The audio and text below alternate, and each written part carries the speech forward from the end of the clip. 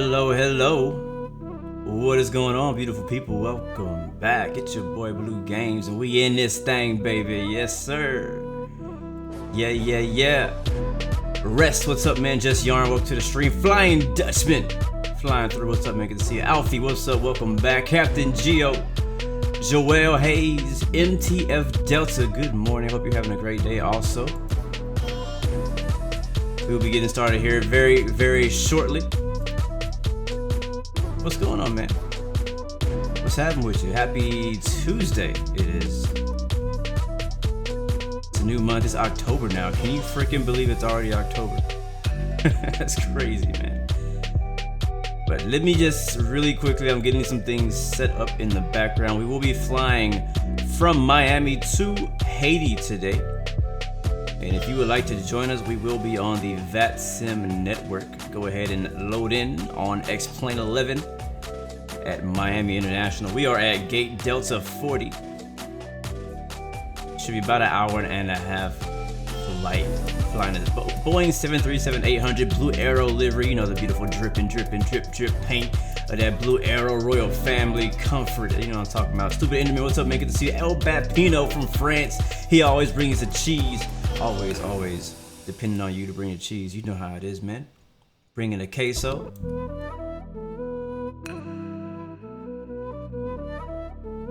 Enderman, what's up, man? I'm doing well. How are you? It's a beautiful day, man. Blessed. Too blessed to be stressed.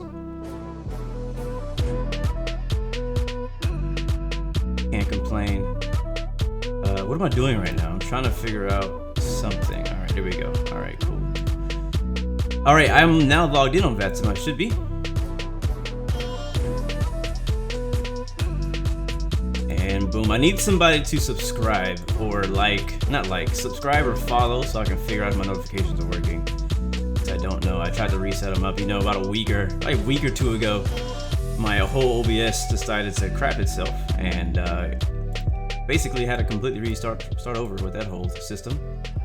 And since then, I've just been too busy to reset up all of my overlays and things like that, and my notifications was one of those things.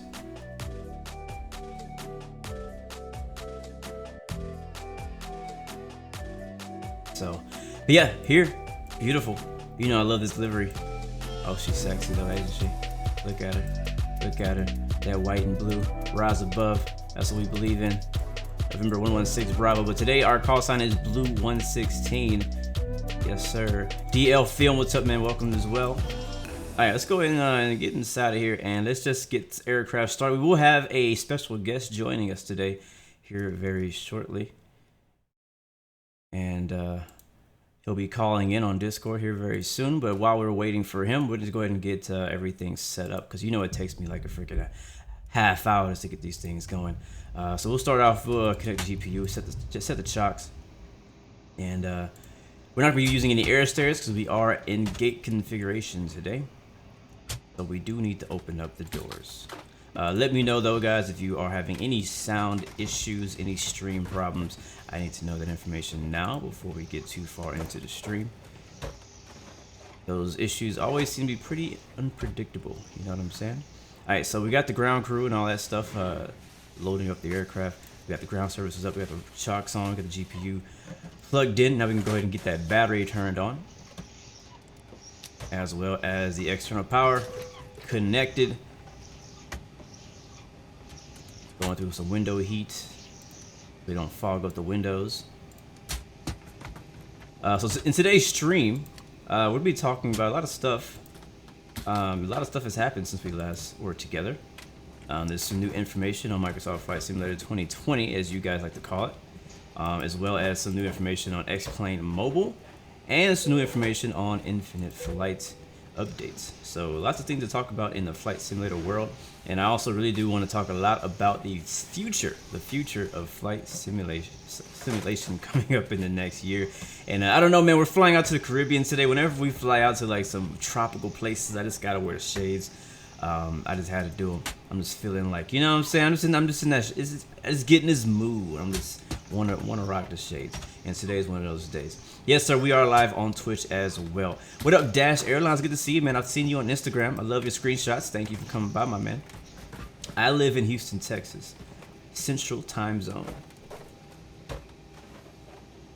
Alfie, you're currently deciding if you should buy the CJ2 or Premier 1 by Coronado. I've been really enjoying flying FS Labs 320 recently, so I'm not sure. Are you on P3D? Because it sounds like you're on P3D. I know that both of those are on both. Coronado has a Premier and a CJ2, I believe, for both P3D and X-Plane 11. I only know about the X-Plane 11 side of things. But between the CJ2 or the Cessna Citation, I think is what you're talking about, the Citation 2 and the Premier 1, I personally prefer the Citation. That's my personal preference, but honestly, both are pretty good aircraft. All right, so where are we at? Let's go ahead and focus because it'll take us forever if I keep talking. We do need position steady lights on. That's our nav lights. Our seatbelt signs are already on. We can go ahead and get the APU started now.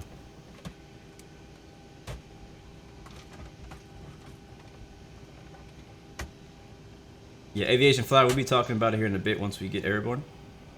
Stick around, and I can tell you how I feel about all the new flight simulator information that we've gotten in the last 48 hours. Freaking the media has been swamped with that stuff, man. It's already been about a day and a half, maybe, that information has surfaced about the new gameplay and whatnot, and I'm pretty excited to talk about it. I already talked about it with some people yesterday off stream, but, you know, now I can talk about it with you guys. So that APU is firing up here still. Let's get the IRS ready to go here. I'm trying to multitask right now. There it is. Can you hear me, buddy? All right, yeah, I can hear you. Let me get you turned up a little bit. You're kind of muffled right now.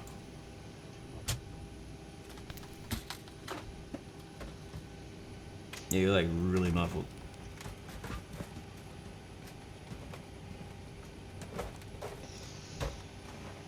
I get this IRS aligned. That takes a little bit. It's gonna take about 6 minutes. Game Zoli, what's up, man? Good to see you. Welcome to the stream.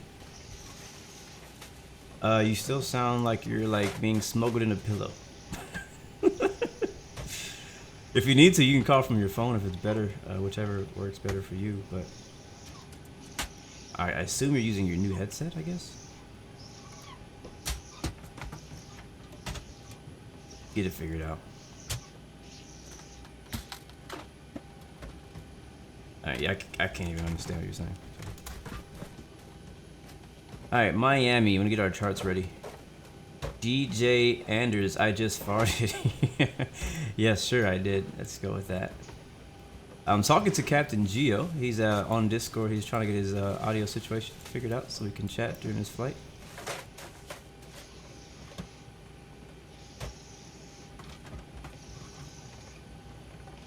I look like Will Smith's younger brother. I'll take that as a compliment. Does he have a younger brother? I don't know if he has a younger brother. I know he has a son. Let's see. Next we need our departure. Do I have that up? Oh yeah, you sound way better now. I don't know what you did, but you just activated like life.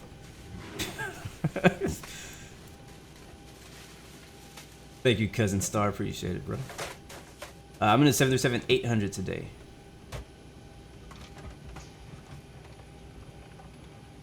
Oh, I was talking about Will Smith. Okay, cool. You got a son too? Legit.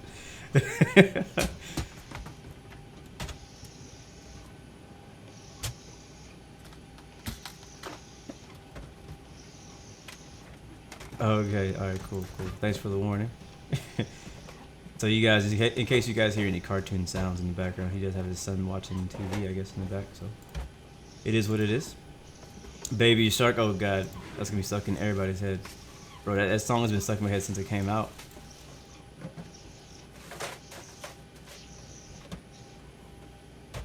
Alright, we're getting our chart set up right now here in Miami. How you looking on loading and whatnot?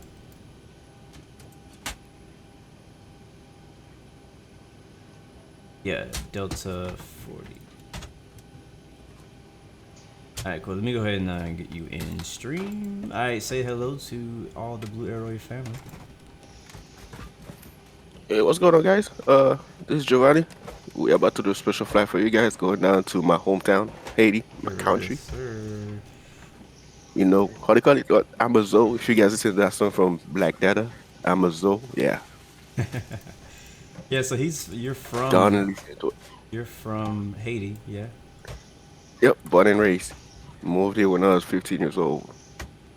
How the heck do I move my Zebo back in place? I moved it on accident and I don't know how to get it back to where it was.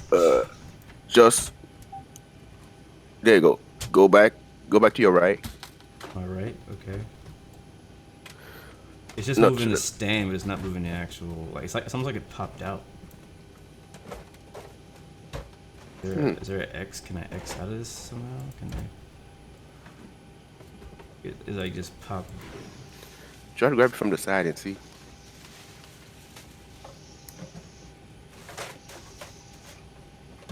Yeah, I think I clicked on the screen or something. I think it like popped out like if I was in VR or something like that. And I don't know how to get it back in place. This has happened to me on multiple VR functional things, and I don't know how the heck to get them back in place. And it's annoying because my view was perfectly set for. You know, it's okay. We're just gonna leave it there, and yeah, whatever. I'm not gonna worry about it right now. Yeah, I'm Train just simulator. Someday we'll get back in that. Someday, not today. Okay, where was I? Let's get this thing started. I am on VATSIM. You should see me. I guess I should be on VATSIM. I think I'm on VATSIM. I know I hit the button. I don't see anybody though. Yeah, do we have any ATC? No ATC right now. Perfect. Jordi Cuevas, what's up, man? Good to see you. Welcome to the stream. Hola. Let me make sure I'm on VATSIMs. I don't think I'm on VATSIM. Oh, you know what? I don't know what. Let's see. I might have a plugin that's interfering with it. Let's see. No. It's probably that's the ACpt plugin. Are you saying I should turn off the ACpt tab and turn it back on? No, it's not working. I don't know. I'm trying to figure out. Let me load the game real quick. It's loading right now, so once I get it, I'll see if I can help you out with it. I appreciate it. Let me just do the other stuff and then I'll worry about that. Alright, APU's ready to go. APU gen's coming on. We cruising at 35,000 feet. Do you need me to send you a flight plan? The flight plan? Do I need to send you a flight plan? No, I got it. Skip to skip. Jetway Yankee 398. Yep. Jaguar Yankee 398 again. Hoses. Uniform Alpha 315. Then Savoir. Then we got Savoir 1 Charlie for the arrival. Roger, that's right. Read that correct. That's coming on. We can take off out of 8 right. That's a nice departure over downtown Miami. I love 8 right departure. Yeah, let's do that. That's a good idea. Alright, cool. Alright, I always feel lost when I get in here. I'm like, what's next? I'm not using no checklist, I'm just going with it. Overhead's good. Let's do our flight plan. FMC. Yeah, I'm in the last window right now to get my game to load, man. Always taking like a little 5 minutes thing. I know how it is. We are. Anybody who has X-Plane and has any add-ons knows. Matter of fact, anybody who has X-Plane in general knows the loading in struggle. Yeah, true. My only time my X-Plane ever loaded quickly in the loading screen was before I added any add-ons when I first got my computer. So Yo, fresh install, straight out the box. Yeah. If you want a super fast loading, just fresh install of X-Plane out the box and you'll be alright. But anything outside of that, no, man, don't expect. Oh snap! I think it's working. David Music, thank you for the subscription. Welcome to the Blue Arrow family.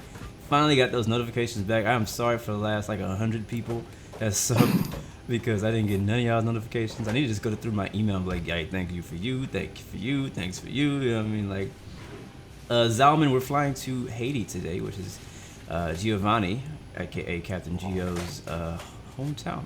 So it's funny, bro, because I have a friend here in Houston that goes by the name of Giovanni, not Giovanni, but Giovanni. And it actually pisses him off when people call him Giovanni, because most people call him Giovanni instead of Giovanni, and it's really funny that now I'm talking to a Giovanni. Yeah, that's that Italian name. Italian? Alright. Yeah. Okay. What's up with this thing?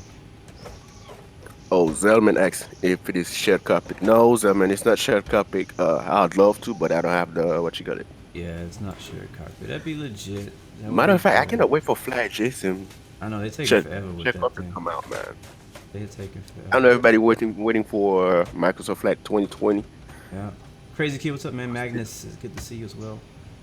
And no, we're not doing shared cockpit. It almost kind of feels like it because we're doing the same flight at the same time, you know, in the same plane. Yeah. But we're technically not doing it because I feel like we may get in the air quicker if we were doing shared cockpit. All right, so we're flying to Mike Tango, Papa. Yeah, And, Mike Tango Papa. Hey, what up, Thrustator? Welcome aboard, sir. If you want to join the flag, go ahead and join. Thrust, I know you. Yeah. I know you love to fly, man. So you guys join in if y'all want to fly. Alright, so that's in. Now I need my weight. Let's go ahead and get that fuel truck out there. That beautiful new fuel truck. Oh, guys, by the way, let me apologize for my accent. I speak French, I speak Haitian Creole, I speak a little Spanish, so yeah, accent is kind of hit. That's legit, bro. That's dope. You just earn points, man. The people, my people love, like, I got Spanish speakers out here. We got French, we got German, a bunch of different languages. So it's always a plus. I always say it's a plus to know more languages, man. Yeah, you know, it is. I'm personally trying to learn Portuguese, and I know a little bit of Spanish, so that's kind of my thing. Yeah, Portuguese is a little different than, you know, the regular Spanish that you hear, man. Yeah, for sure. It's a tad. Dash Airline, thank you for the host, man. Appreciate the support there, man. Always welcome, my good man. Let's see. The fuel. All right, so I need 8,100. So that's gonna be what, 81.6. That's gonna be 1.6. No, that's not right. Is that right? That don't sound right. That sounds like a lot of fuel. That sounds like a lot of fuel.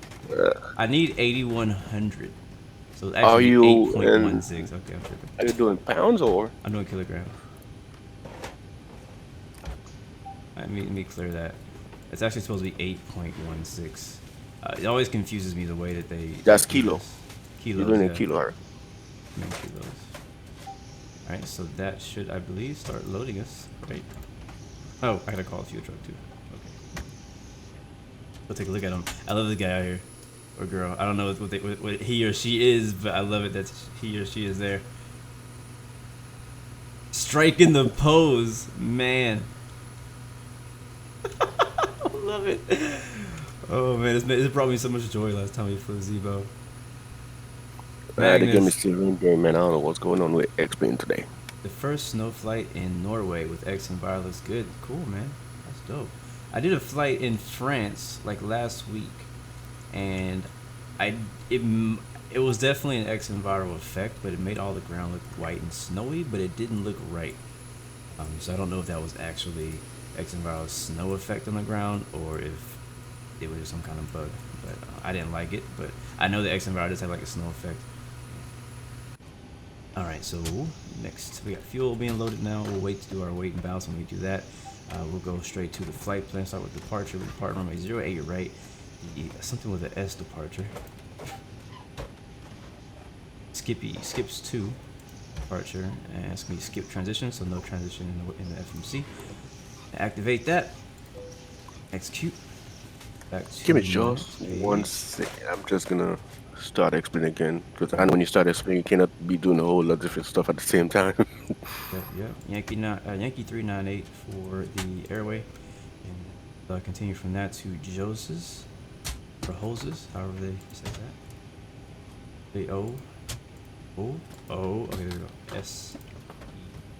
And for those who are watching, thank you for being patient. You know, like I always take my time when I start these planes. It takes me freaking forever. It's just, I don't know. Gotta make sure you do it right. You would think I'd be faster at this by now after doing it so much, but it's still good.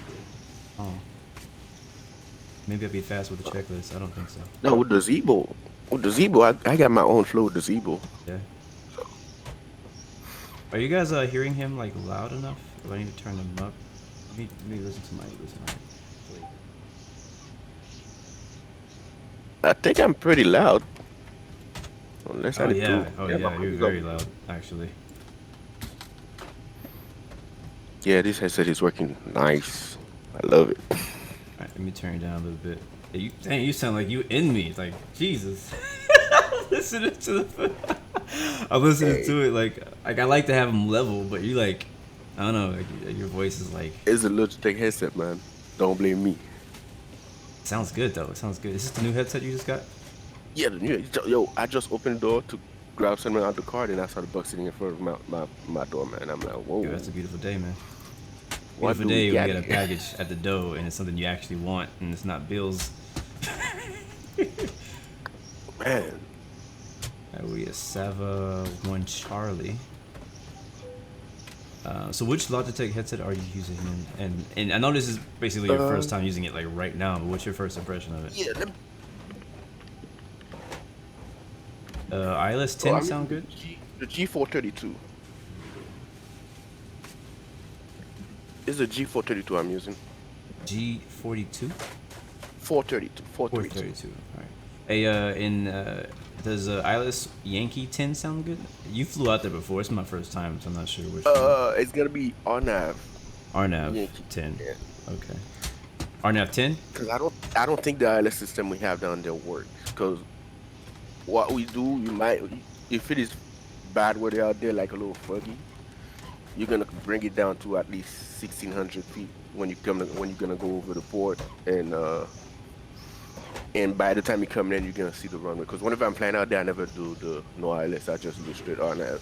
Okay, cool. Well, I'll just have you brief the approach once we get out there. Yeah, once we get closer, I'll brief you. But I'll be right behind you. Or if you Sounds want me to good. take off first. It doesn't matter either way.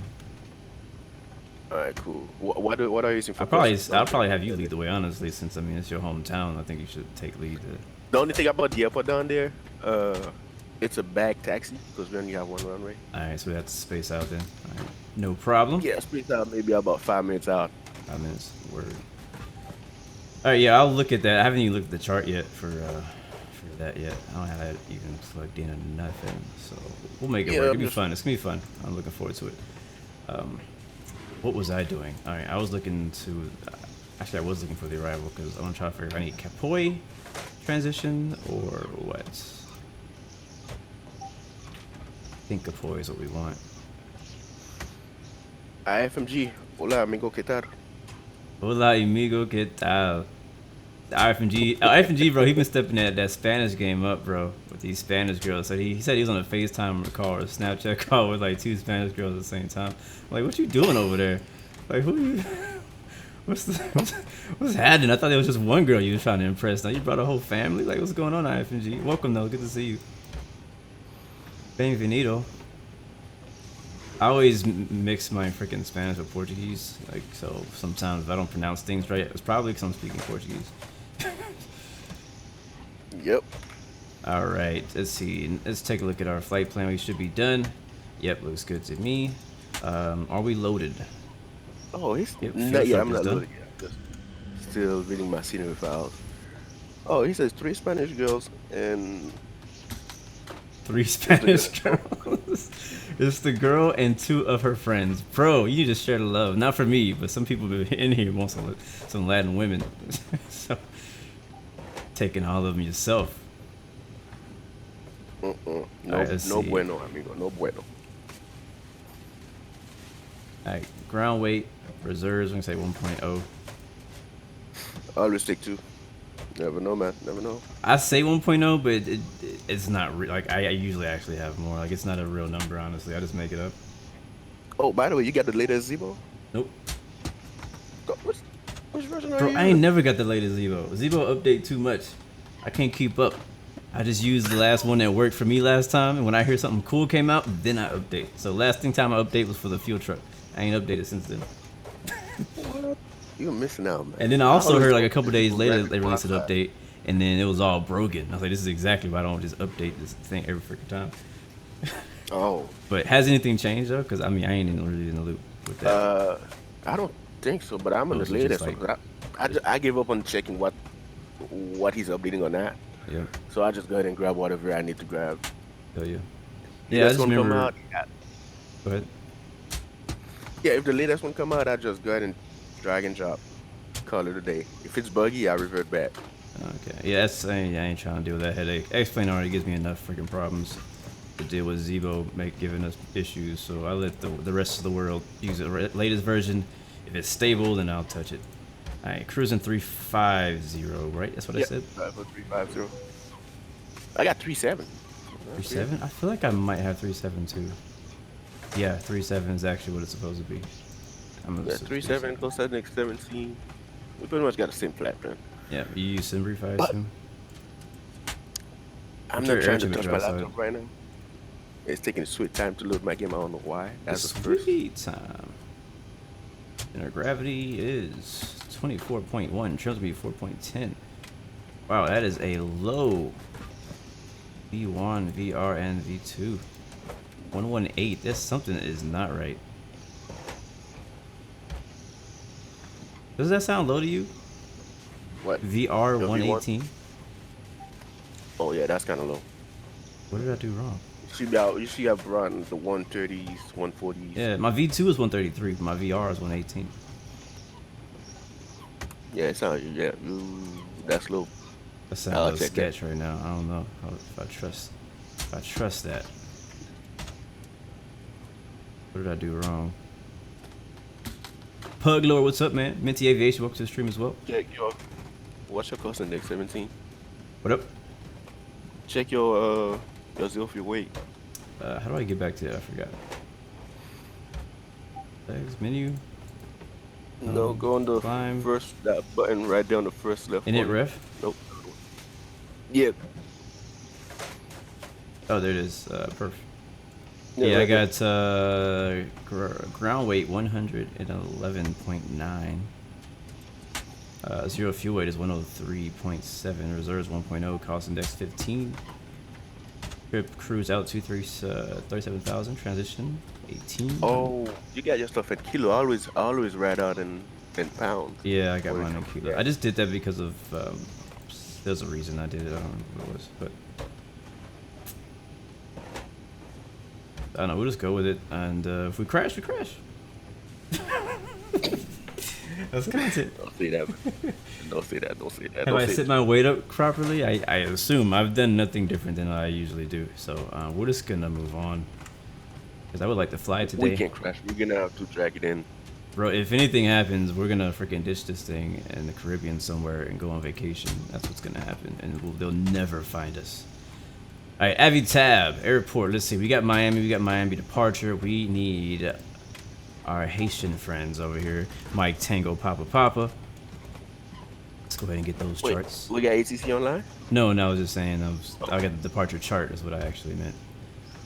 I don't see that we have anything online. The Savar 1 Sierra SMBR. Might be too early for them to join. When I looked earlier, there was ATC in Jamaica, which is not far from there. I think Jamaica Center, but like I don't think that's gonna connect. I don't expect to have any ATC. Alright, so let's see. Arrival. We need our approach. Approach me RNAV GNS 10. I'll brief that later.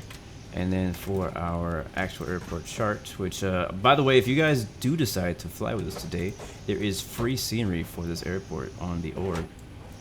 Let's definitely go ahead and pick that up. Last night, Giovanni sent me that, and I got that downloaded. It looks great, bro. I already checked it out. Make sure it works. And it looks amazing. Airport elevation is 83 It could be better. It could be better with your own auto and everything. Yeah. That's why I can't wait. I don't know if you heard about Final coming out with SDF. Hopefully he does the Caribbean too, but I don't know yet. I heard. But all right, I'm finally loading my it. charts are ready. I was about to cut it off and start the stream again. I said, no, let me just give it 2 more seconds, then boom. Yeah, you're good. I'm like almost ready to like push. I think. I was that close. Let's see. Let's go ahead and I guess we'll welcome people aboard. Good morning, folks. From flight deck, get your captain for the ride. Cuevas, we are flying to Haiti. What's the name of this place, bro? I want you to pronounce it. Haiti. Yeah, Haiti, Haiti. But what's the actual like city and airport name? Port-au-Prince. Port-au-Prince. All right, gotcha. Port-au-Prince. Just like saying Prince, you say Port O Prince. There you go. Get it? Wait, what was that? Port O Prince. Port-au-Prince. No, I don't get Yeah. it. You said it right. Okay, I got it. Cool. All right, there's 7,000 feet. APU's on. Where HDC at, man? HD simulation too, if you guys didn't know that. Who? HD simulation? Yeah. With it, doesn't he like work during the day? Yeah, he worked during the day. He usually stops by like halfway through to say hi. So he'll probably be in here later on. Yeah, true. Alright, I already sent in my flight plan, so let me go ahead and do Swift client real quick. These guys stunting in here now. He's like, boy, 3 girls, that ain't nothing. 3, boy, I got 5.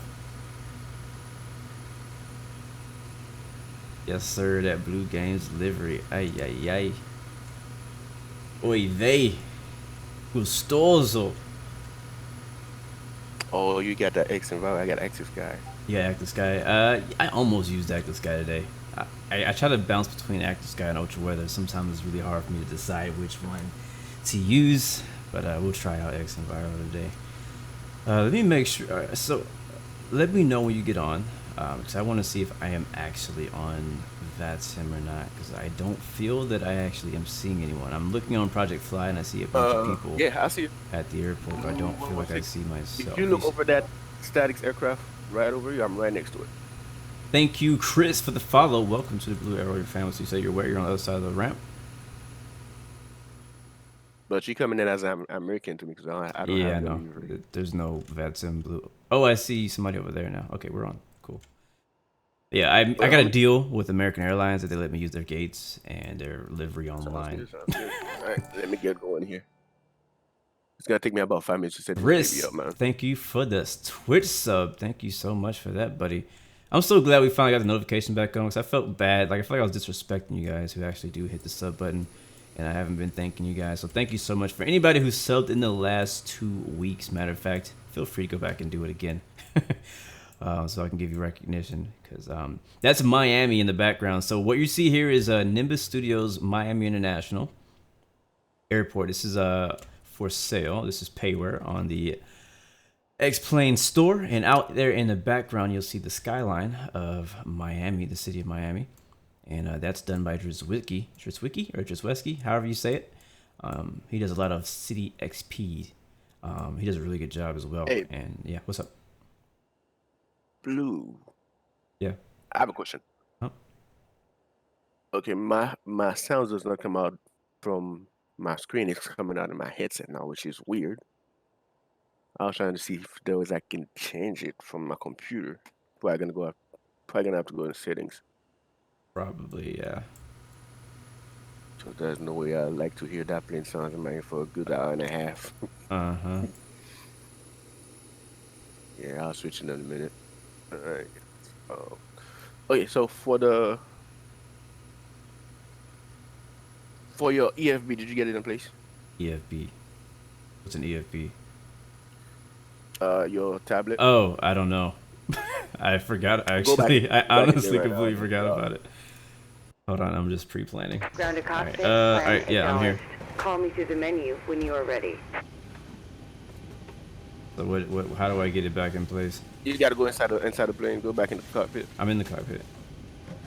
Okay. The stream is a bit behind from what Go you're on seeing. the top. Go on the top Ooh, of it. 21 frames. Ouch. Top. Yeah, top. Go up. Keep going. You Up, gotta up. hover your mouse like on the top corner. I'm not the top corner. Like Top center or top right? Top center. Okay. Oh, There you go. Go back.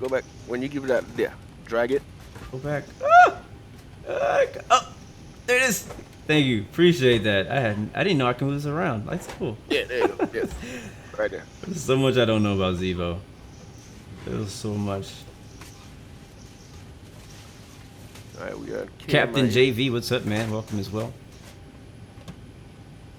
All right, I'm gonna go ahead and start the flight leg so the attendants can start doing their thing,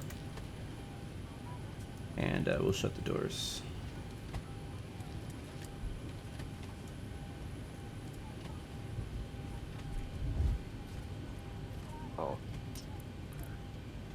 Man, I'm sitting here. I'm like, why my stuff not showing up? And I forgot to align the RSs. That's how it is, I'm like, man. wait. You just forget one I'm thing. like, wait, is the plane buggy? It's that easy. You just forget one thing and boom. Yep. Marshall BTW, do you have an estimated date for the A320 to have its inaugural flight? That's a great question, bro. I need to work on that. I'm not gonna lie. If anybody wants to volunteer to do it for me, I've been just, I don't know, my mind has been in other places that have not been on that. What he's talking about is my Blue Arrow A320, and which it's like 90% done. The only thing wrong with it is right here, which is a new word that I learned, bro. So you know, I told you I started my ground training, right? Or my ground school. So it's a new word that I learned already in ground school. It's called empennage. I never knew what an empennage was. Apparently that's this back part of the plane. That's called an empennage. But anyway, so that's the part that I'm working on the empennage. That's the aviation technical term for this area. And right below here, where like it meets, basically like the different sides and meet, is where I'm having a problem with the A320, because it's, I don't know, it's weird. Like, I don't know how they're sizing it in their UV map or what, but it's just weird as heck. And it honestly pissed me off to the point that it's like, you know what, I'm gonna come back to it later. I can spend this time on some other things. But this is a dope freaking shot right here, though. Look at that. I love that heat blur. Oh, that's dope. I gotta take that screenshot. All right, I got fuel loading up right now. So Word. So you're doing cost index 17, right? What's up? The cost index 17. I'm doing cost index 15. 15, all right. You sure? I can check. I'm pretty sure I picked 15. 350. Not 370. Yeah, 15 is what I picked. That's what SimBrief gave me. That's what I usually use, because whatever they give All right, me. cool. But let me do 15 then, if that's the case, because I was gonna do 17. Would 17 be faster or slower? The higher you go, the faster, the more fuel you're gonna burn, then the quicker you're gonna get there, from what I understand. Okay. From other people streaming, so. That's what somebody was trying to tell me, because somebody did a flight with me somewhere, and they were flying faster than me because their cost index was higher. They were like, do cost index like 50, and I was like, well, I wanna. I don't know if I'm doing 50. If you wanna go higher, it's okay. Because today's my day off anyway. I ain't got to worry about nothing really, except to drop my wife to work if she want me to, but hopefully not. Alright, 1228, we're in Unicom. Alright, I'm ready to go. Just waiting for you. Cool, I'm almost done. Should be ready in the next 2-3 minutes here. Jermaine Smith, what's up, man? Who that? That is Captain Geo. Think somebody knows you. Why going, Jermaine? Why going, my brother? I love it when the accent comes out. I love it. That's a Jamaican patois right there. Yeah, what's up, Lematan Goeco? However you say your name, thank you for the subscription. Welcome to the Blue Arrow family. Always welcome. You know, I just realized I didn't clean. Every time I stream, I like all this area back here. I make sure it's like neat, nice, and tidy, and I completely forget. I don't even know what that black thing is on the pillow. I think it's a shirt or pants or a jacket or something like that. A question. Yeah. Do you, when you take off, do you just go straight to your flight level, or do you do like 10,000 feet then go up to your final? I usually climb via SID if there is a altitude restriction, which let's see if we have one today. I don't think so. I think the maximum out of Miami is 5,000, if I'm not mistaken. Yeah, we'll probably do 5,000. We'll be taking off to the east. We got to be above 520. That's it. And then Virgin Key will fly over that.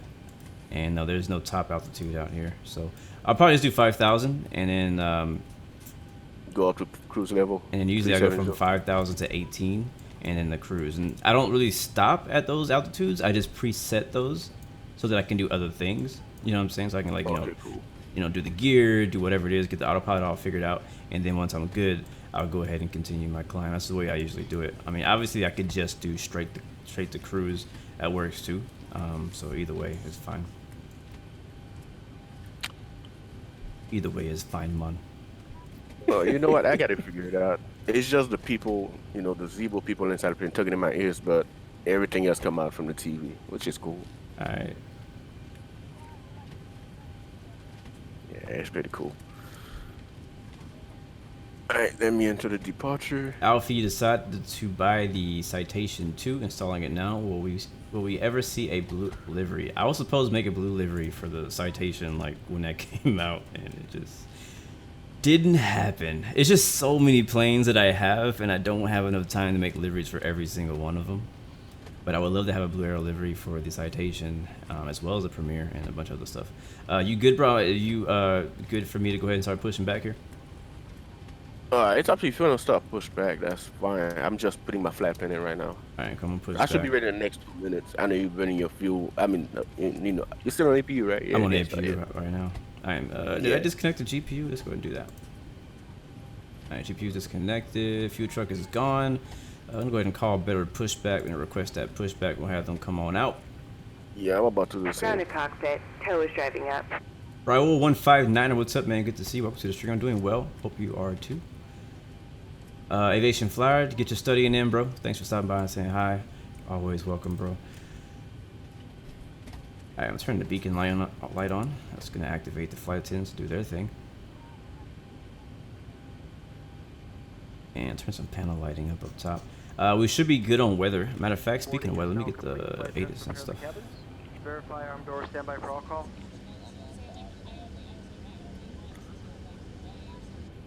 ATIS. Man. Yeah, I'll just get my ATIS from Active Sky. Yeah, they give it to you super easy. xmrbluemc is a drop down that I can get it, but I kind of want to do it the real way this one time, so I'm just gonna go ahead and get the frequency and do it. Okay. All doors and hatches are Okay, closed. you said Ready we're to doing connect. the RNAV Zulu for runway 10. Yes. You 1195. don't need to know via, all you need is to enter your. I think we might need a via. I'm not sure, but I'll figure it out when we like halfway down there. We go over it. All right. Oh, it's 15. Crap. All right, route, execute. All right, there you go.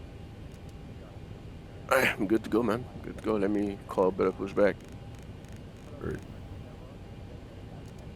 Let's sit everybody down in the back. Found the seat pocket in front of you. Read the front of the card. Tow connected and bypass pin inserted. Release parking brake. Oh yeah, she's a sexy beast. How did I learn graphic design? I originally learned a lot of it from YouTube, but I also went to college for graphic design and fine arts, so that definitely helped with a lot of the I guess not so much the technical side of it, but more of the theory side of it, like how to think. You know what I mean? I think that's kind of what college taught me as far as going for graphic design. But you can definitely learn the technical side of things just by YouTube. What's up? Hey, we can do a dual departure. You use 8 right now. Oh yeah, we could. Good. I'm down for that, sure. Watching this beauty push back. Yes, I do all of my branding.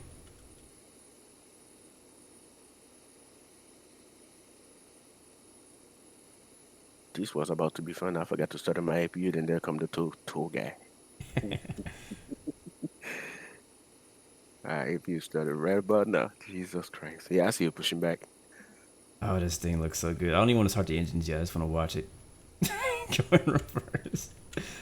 Tripix, oh no. He has reset his stream streak. Man, you went like 4 weeks strong there, bro. It's okay. You're way ahead of I think pretty much anybody else. I'm not sure who else is there to compete with you as far as a stream streak there. Hey, is my TV too loud, guys?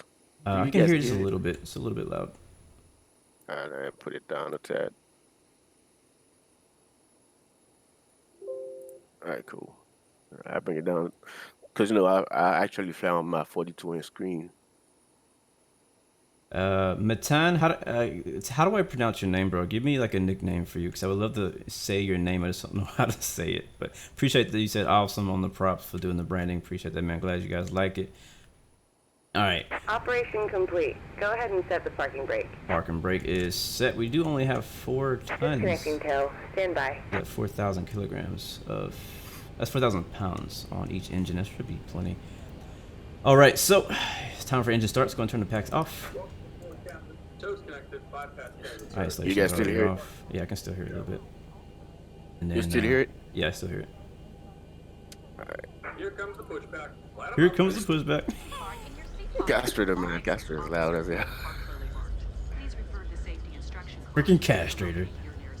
Yep. Alright, it's pushing back, backs off. Number 2 over the ground. Glory Gaming, my favorite plane in X-plane. As far as airliners to fly is definitely Zebo. I think Tow is that's probably. disconnected and bypass Yeah, has you guys been don't want to say that eliminated. about the Hand signal on the headset. left. We'll see you next time and have fun up there. It's I got it from Dell. I use points. You guys went away from the background. Lima Tango Echo. All right, I got you. I didn't. All of them were smushed together. I was like, I don't know what I'm trying to say here. But cool. Lima Tango Echo. LTE basically. Dope. By pulling the straps on either side. Breathe normally. Even though oxygen is flowing, the plastic bag may not inflate. Yeah, my favorite plane on the X-plane right now, as far as airliners, is Zebo. Let me think. When it comes to GA, I got that's some stuff in there. a tough one for me. Don't know. I have to answer that later. Alright, I see you right there in front of me. Almost done here. IFNG, we'll probably do a voice call together maybe sometime when we do like Euro Truck or American Truck Simulator. Cause Yo, we need to do some American Truck, man. That's what we need to do. yeah, we do. Hey, did you get signed up for iRacing yet, or did you sign up to do it? No, not yet, not yet. I'm definitely gonna do that sometimes over the weekend coming up. Yeah. Last weekend was just a crazy week for me. I bet. Yeah. Yeah, I'll be doing. We'll be back on iRacing, guys, on Thursday. Pretty much almost every Thursday. For a few more weeks, we'll be iRacing because NASCAR is coming to the end of the season, and I'll be finishing out my NASCAR season on iRacing. But we'll also be doing a lot of road racing as well, because I've been having a lot of fun with that. Kruger, the guy we raced with last week in the GT series, he's like addicted and he wants to get back into driving some more. And so we're talking together about doing some some team racing where we can like basically share a car and do some of the big races like the 24-hour Le Mans, 6 hours of Le Mans, different stuff like that. We'll see how that works, because that's not an easy thing to do. It takes a lot of practice to get those things done. Alright, so I'll be taxiing right ahead of you once it disconnects. I'll do 8 left, then do 8 right. I'm probably gonna go right ahead, and then you can take off right after me. Yeah, we'll offset. Obviously we can't take off at the exact same time. Alright, cool. Alright, flaps. I'm almost ready to taxi. I just gotta put the flaps down. And APU can come off now. We're on generator power. I believe the isolation valve can come off. APU can come on. There she is. This is gonna be nice. And let's see, taxi lights, runway turn off lights. Flight plan is filed. I see aircraft. I don't actually know where you are on the map, but that's okay. I know you're out there somewhere. Got our airport diagram. We are here. We'll be taxiing to runway 8 right via November Whiskey Mike 1. That's what I'm going to be doing. November Whiskey Mike 1. And I'm going to switch back to Unicom. I was trying to get the 1228 ATIS, but I can't. Can you? What is the altimeter that you have, bro? Let me tell you right now. Oh, somebody's upset. 2992. Yeah. 2992. All right, so we just standard basically. All right, cool, good then. Yeah, 2992. All right, flaps are down. We are ready to taxi. All right, I'm ready to go. Taxi lights on. Chris from Dirt Legends to non-wing 410s. Cool, bro. Yeah, I've been kind of wanting to do more. Yeah, I'm gonna hit you up, Chris. I want to do some dirt actually. I just saw that comment. I do want to do some dirt Because my manager wanted to send me out of town. That's why I didn't really schedule it, so she didn't really know. All right, we're rolling. hold on, guys. Yeah, you're Give good. me one. Yeah, I want to do some dirt racing. Cause I've tried a little bit of it. Like back when it first came out, you know, I hopped in the street stock and did a little bit of that. And it was honestly hard as heck. Like I couldn't get the hang of it at all. But I joined a league back a while back, and they had a dirt race that they did, and I was like, you know what, I'll actually practice it. So I spent probably an hour or two. I think it was USA International, and I just did some dirt track practice basically, and I got better at it, and I actually ended up winning that league race, and I was really proud of myself because I had never really done well in the dirt races, so I finally had got the hang of it. At the time, that was a long time ago, so I would need a lot of practice to get back into it. But it looks like a lot of fun. I don't think I have the little wing cars. All I have is the street stock when it comes to dirt. But if you recommend like one of those better, I may have to think about trying that out.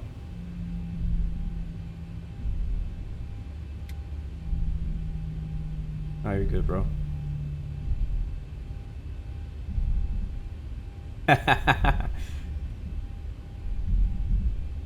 Alright. That's okay, I already got you muted. The baby's crying over there. Hey, it is what it is, you know what I mean? It is what it is. Nothing you can do about that. You can't control that, so. UMP modifies for the best racing. And Street Stock's best place to start. Yeah, cool, that's good. It's honestly the thing I like the most about dirt racing.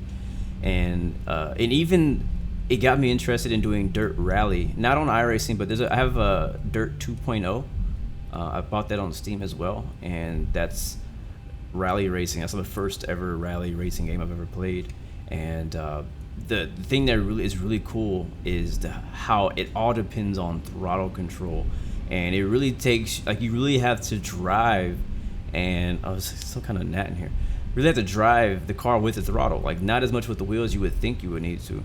And I think that's what really attracts me, and honestly it has made me a better driver in general, like on asphalt when it comes to NASCAR and when it comes to road racing, is what I learned from doing dirt and controlling the turn and rotation of the car with the throttle. I brought that back to driving on the pavement, and whenever I have a car that has a lot of oversteer or is really loose, I can handle it a lot better now because of my dirt racing experience that I had. So it's really cool.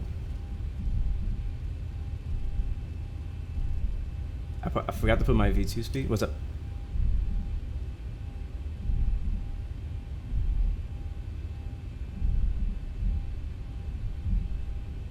Your V2 is 164? Alright,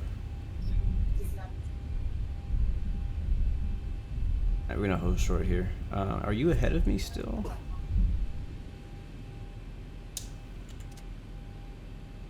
Go ahead and fix that. Thank you guys for reminding me to get that V2 thing set up. No, my V2 is set. It's at the 133. 133 plus 15. That's like what, one? Oh, I think he meant my actual like throttle. Yeah. Yeah, I didn't do that yet. So what? Right, 133 right plus you. 15 is what? One something? I don't know. I don't feel like doing math today. 145. Out to 5,000. Yeah, Chris, get with me on Discord, man. We'll do some driving for sure. Like, again, my plan this week is probably gonna be X-Plane today, tomorrow, and then Thursday we'll be racing. Friday, I'm actually gonna go back to do Infinite Flight on mobile and do Friday Night Flight there, and that's probably gonna kind of like the same schedule we had last week. What's the runway heading? Actually, I'm gonna take a look here on the chart. We need 092. All right, cool. I'm right behind you whenever you're ready. All right, cool. I'm gonna go ahead and lift the parking brake, start rolling forward.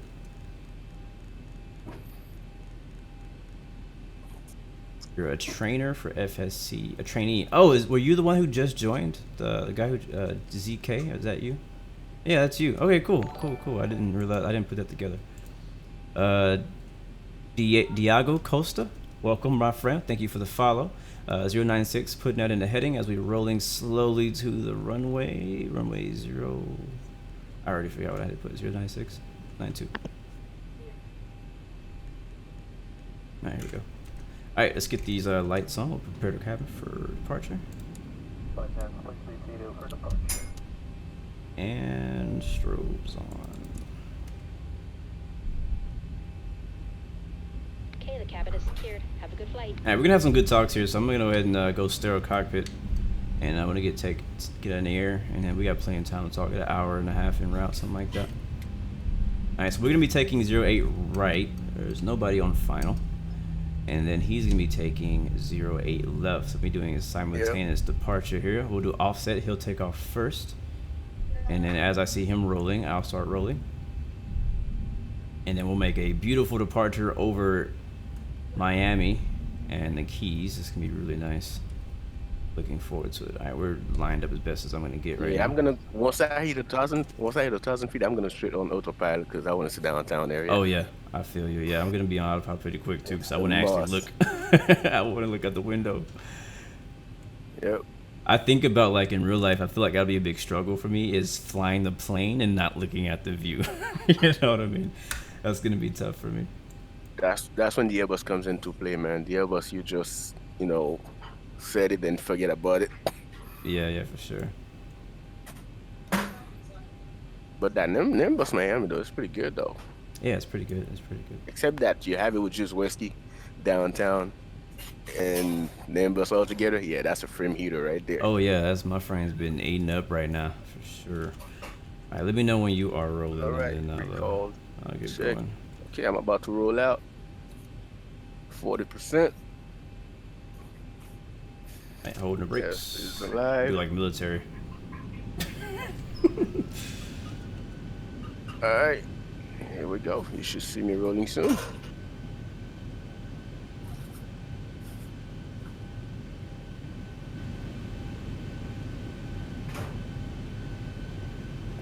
Hitting up check. All right, I see you.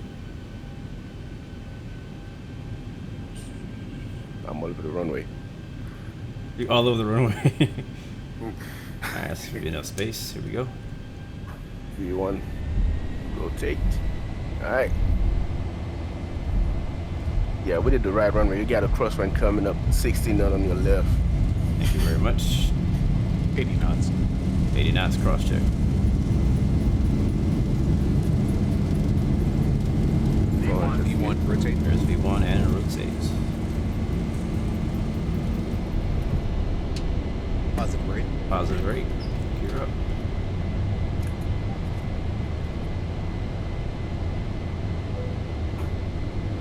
What's your climb out speed, bro?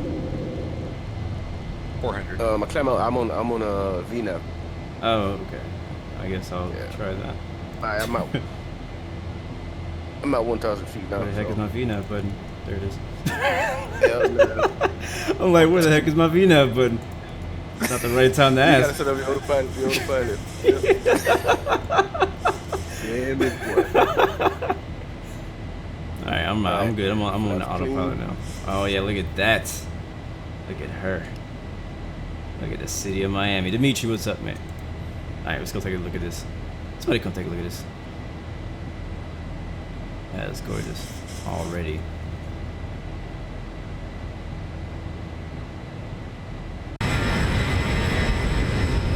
Oh, I see you. Yeah, you're already there, boy. I'm trying to see if I can do a screenshot real quick. I'm already over top of you. Yeah, you're on top. Yeah, I'm about to pretty soon, bro.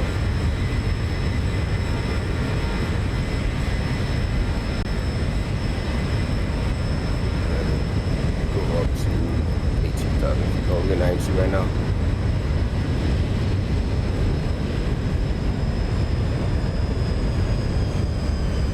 Oh shoot. Leveling You off at passed me? 5. No, I need to change my altitude. Oh. Yeah, I'll really scroll up to 19,000 feet. I'm already freaking 18. I mean, 5. Ay, ay, ay. Alright, so that's it right there.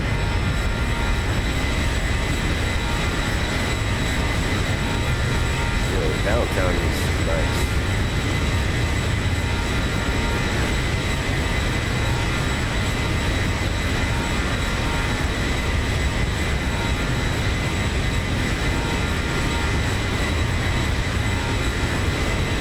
Yeah, you should have flew with Access Guy, man.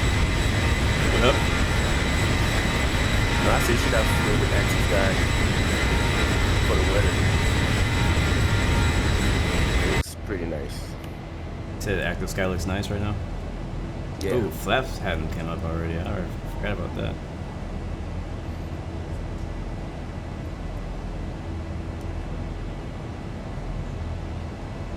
A little bit of bumpy coming out of the clouds.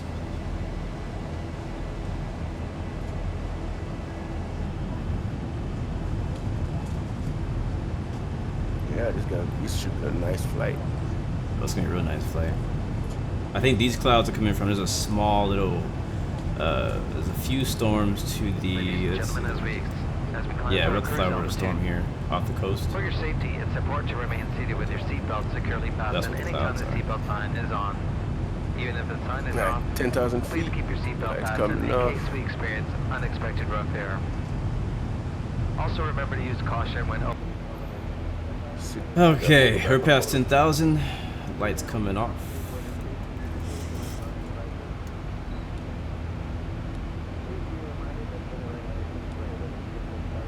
Lower lights off, wing well. Double checking the overhead. We have AP is off, isolation valve is off, packs are on, seatbelt signs are on. I put Oxygen seatbelt is sign on good. auto. I always take it off when I reach cruise level. Change what? Yeah, if it's not that, cloudy or bumpy, I take it off. But I always turn it off when I reach cruise level. Oh yeah.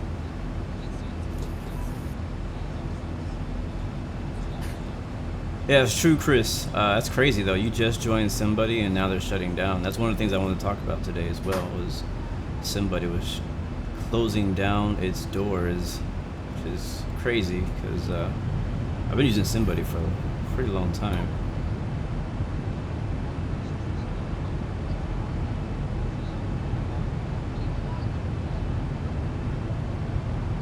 Man, I love it.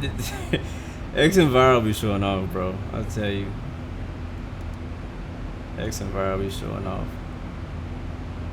Sometimes. Oh, God. What do you mean insufficient fuel? Uh-oh. What are you talking about, cuz? This shall be fun, my friend. That's not what I wanted to hear. Switch to econ mode.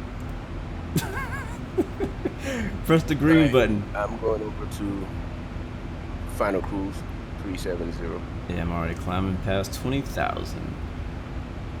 We're gonna take a look at some alternates here.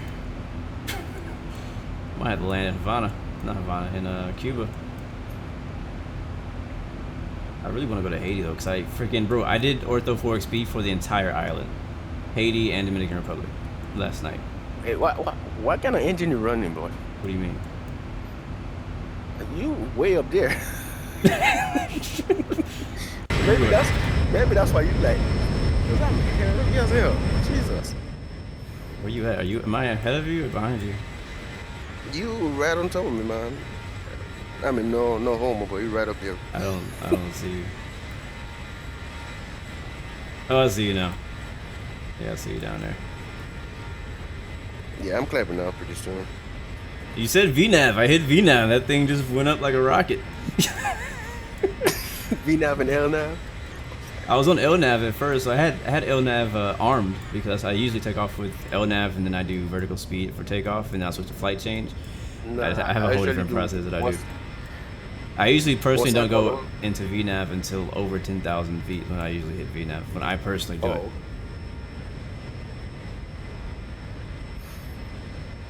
So we'll see what happens, guys. Apparently my FMC believes that I ain't got enough fuel, even though we have 3,000 pounds. We've already used 1,000. I'm not sure how we've already used 1,000. Bro. How much fuel do you have? Are you gonna have enough fuel to make it there? How much fuel do you have? What does yours say? You should have enough. I'm in pounds. No, mine's in pounds too, like on the screen. So what does yours say, like in the center in the MFD? In the center, I got 600. 100. Left, think I got 8,590. I believe that's 8.5 in kilo. If I don't know, don't get me wrong. I'm confused. And the right one, I got 8,600. I don't understand. You might have enough. Oh, in the center is what you said. Yeah, 600, and you have 8,000 on the side tanks. Yeah, you should have enough. We'll see. We'll find out today, people. We haven't had to immersion lands in a long time, so it might be. If not, we're gonna call the Zebo fuel truck right up there with us, man. Yeah, we're gonna do an air refueling for real. Yes, that is gonna happen. Yeah, we're going to Haiti today, guys. Even if we have to call the freaking what's it called, DC-10 out here to air refuel us, it's gonna happen. What up, High Champion? Hello, my good friend.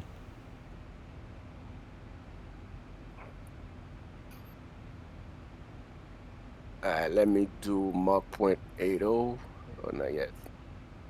All right, I think I'm good. I think I'm good in here. I think I've set everything up. Yeah, you're riding. You're riding top of me right now, pretty much. I'm at 31,000 now, passing 31,037. Yeah, I'm passing 22. Yeah, I'm heavy. That's why. Oh yeah, bro. I got that light fuel, bro. My V1 was freaking 118. I knew something wasn't right, man. Dang, I loaded 8,100 kilograms of fuel. That's what I put. Let's check again. So I'm gonna go to. I use SimBrief. That's what I usually use. It says my block fuel would be about 8165. 81,165. It usually works out for me, unless I just miscalculated how to input that in the Zebo. That could have been a thing. That's possible. But you know, it is what it is. It is what it is. All right, so you guys want to talk? People are asking questions already. Send them away. Let's see.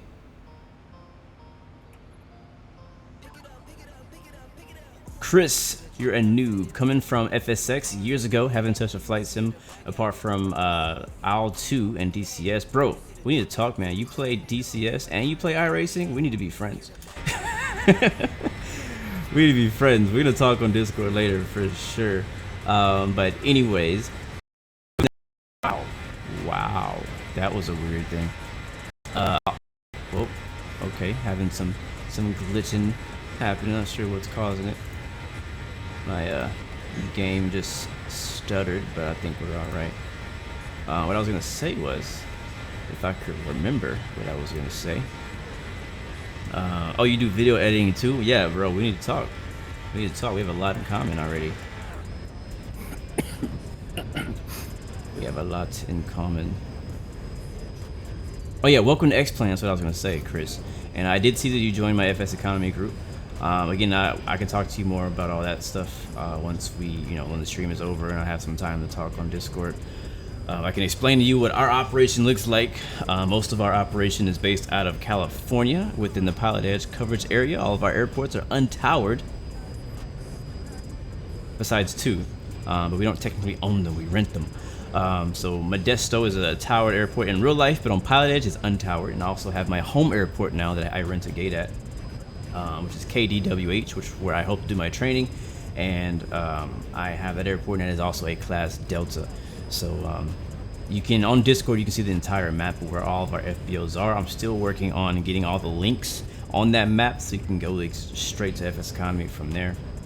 But yeah, we have a bunch of planes as well. You can check out our fleet, ranging from a B-1900 down to a Cessna 152. We also have a Beechcraft Bonanza F-33, which I'm thinking of selling and getting a Piper PA-28, because that's what I really want right now is a Piper.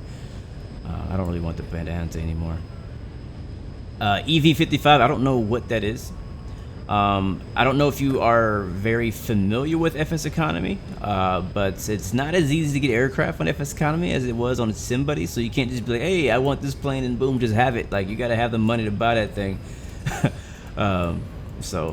there's planes that you want, you're gonna have to work for them. And also have to make sure it makes sense for our flight group as well. I'm gonna go ahead and be honest, our FS Economy group is not extremely active. Like, really, it's mainly like me and two other pilots who are off and on flying on air. So most of the weight is being carried by me in the flights that I do. That's kind of how that's going. But I think that's just kind of an all-around thing for most groups out there, except for like the big monopolies like John Fly Snack Air and stuff like that. But that's kind of driven in other areas. A S-TOL would be a great plane as well. They're just not very financially beneficial in FS economy, because usually the short takeoff and landing aircraft like the Carbon Cub and X Cub can only fit like one passenger, and that's going to be like, I don't know, $500 one way as far as that. And it's just, I don't know. In my opinion on FS economy, like, it's better to fly for fun than to fly for profit. You still want to get profit and have routes that make you profit.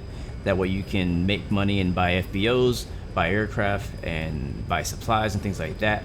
But if you only do that, you're going to burn yourself out very quickly, and you'll take all the fun out of it by doing the same route, just kind of grinding at it. Like GTA 5, going grinding on the same mission over and over. It gets boring really quick and gets old fast. So if you go out there, you buy a plane you really enjoy, like something small, like a Piper, like a Baron 58, and you just fly that thing around the whole world, just pick up trips wherever you want to pick up trips, you won't get bored as fast. It just kind of, don't focus too much on the profit. And so back to the S-TOL aircraft, you're not gonna make as much profit, but it's gonna be fun. It also, I would rather just rent one for now rather than buy one, because I think that we're gonna buy one and then we're just not gonna use it. But anyway, Stevie Wonder Pilot, what's up, man? Good to see you. What's up, Gio? What did you say? No, I wanted to know if you guys can still hear me loud and clear. Yeah, we got you. We got loud and clear. 5x5. Sounds right now, so Oh, you switching it up? All right, cool. Yeah, we got to figure it Your out. home base in FSC is Mendota. That's great. That's great to hear. Mendota, and by the way, I have like scenery that I have made for the majority of our FBOs, so definitely get that off of our Blue Arrow Discord group. Mendota is one of them. Very nice scenery I made out there. Modesto, a bunch of the airport. Newest one is P48. Chris Leonore, this is the Boeing 737-800 by Zebo. Elite Dangerous. Yeah, I've heard of Elite Dangerous. I've never tried it. I've heard good things about it. I heard it's kind of similar to like Star Citizen, but better, like more developed. I've done Star Citizen before. I'm sure you've probably heard of that. But I can't say that I played Elite and Dangerous. Gamer Info, you have every scenery I have. Well, you will love the newest one I'm making right now. You will love the newest one. Matter of fact, I kind of want to show you guys. I want to show you guys what I've been working on.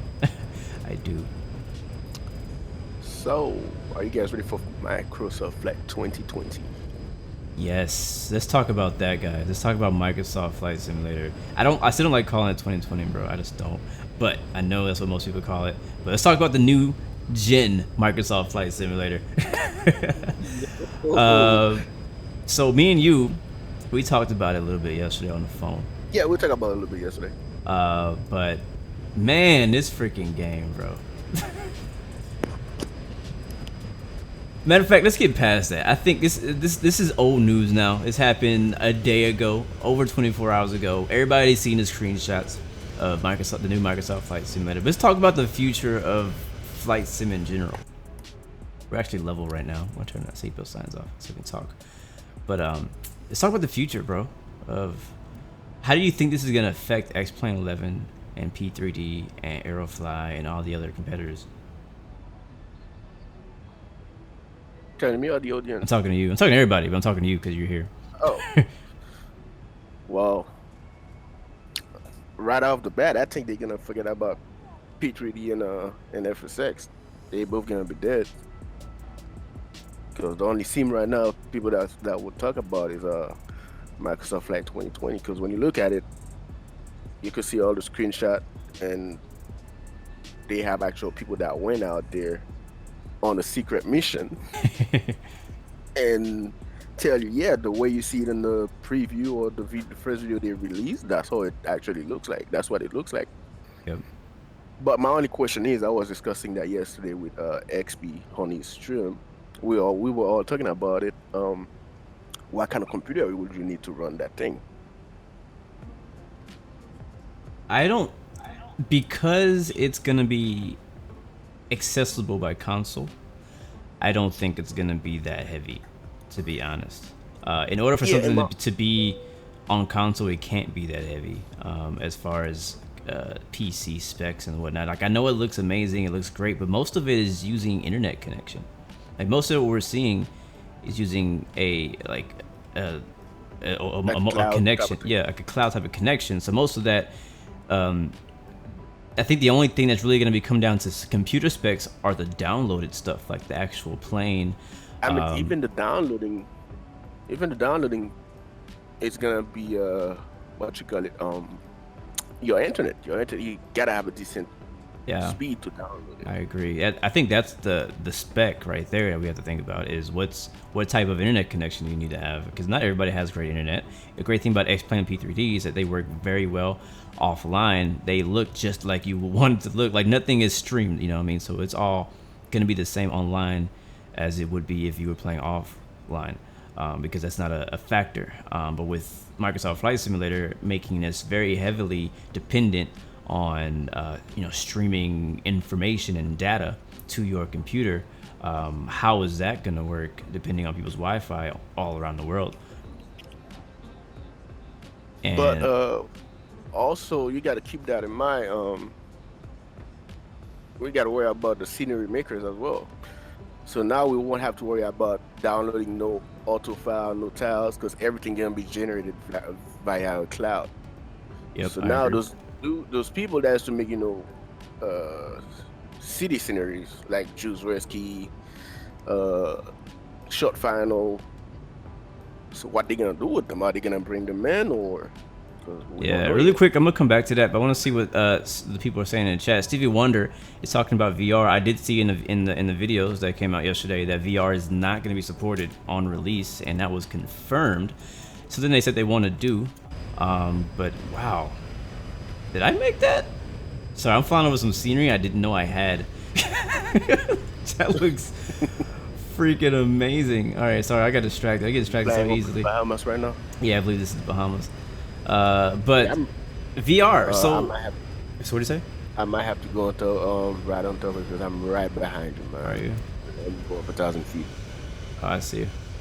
Yeah. Just maybe go like 1,500 feet. You'll be fine, or 500 or 1,000 feet. You'll be straight. But I was saying was VR. So I don't have VR yet. It's something I've been wanting. I was really thinking about getting it. I don't think I'm gonna get it anymore. At least not right now, because I've been kind of focusing my attention away from like investing more into the sim and investing more into like my real pilot career, like actually trying to become a real pilot. But VR is a big thing because X-Plane looks amazing in VR. I believe P3D works in VR, but we do know X-Plane at least works amazing in VR in certain aircraft. I know they will bring VR, but not right now. Yeah, and so I think for the VR community though, I think a lot of those people you should see me passing you right about now. Should be passing you? Or are you passing me? I'm right on top. I think you're probably beating me because my frames are maybe low. But yeah, I think for the VR community, they'll be a bit hesitant on approaching Microsoft Flight Simulator at release without it having VR support. Because once you fly in VR, once you play these games in VR, like it's really hard to go back. And I think that's going to be a big issue. I know that because Microsoft is not stupid. They're not stupid. They've already shown and proven to us that they are paying attention to what our concerns are and what we're talking about, what's in the forums and things like that. So they know people want VR. They know it's a big deal, and they're going to bring it to Microsoft Flight Simulator. I just don't know how much longer after it comes out they're going to bring it. Is it going to be a year later, a couple of years later? And that in the meantime, people are going to continue to fly X-Plane because they have VR on X-Plane. And you already put all this money into this VR headset that you can't use on Microsoft Flight Simulator. You know what I mean? So I do want to say there's a lot of things that are going to stop people from moving over to Microsoft Flight Simulator. Personally, I'm getting it. Like it's like a auto. Basically, they could take my money right now. You know what I mean? Like there's no me not playing it day one or even early.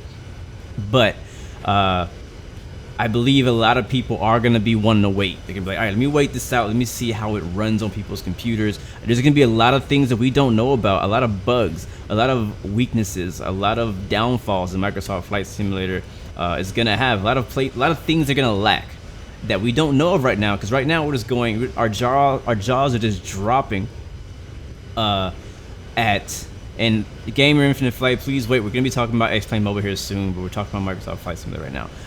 But right now our jaws are dropping. We're just in awe of how it looks right now, but we don't know that much else about the game. We know that we know that there's like basically global scenery in 3D. We can fly to our house wherever that house may be, and it actually looks like a 3D house. Like, that's pretty crazy, and just like blows my mind to even think that's even possible in a simulator at a global scale.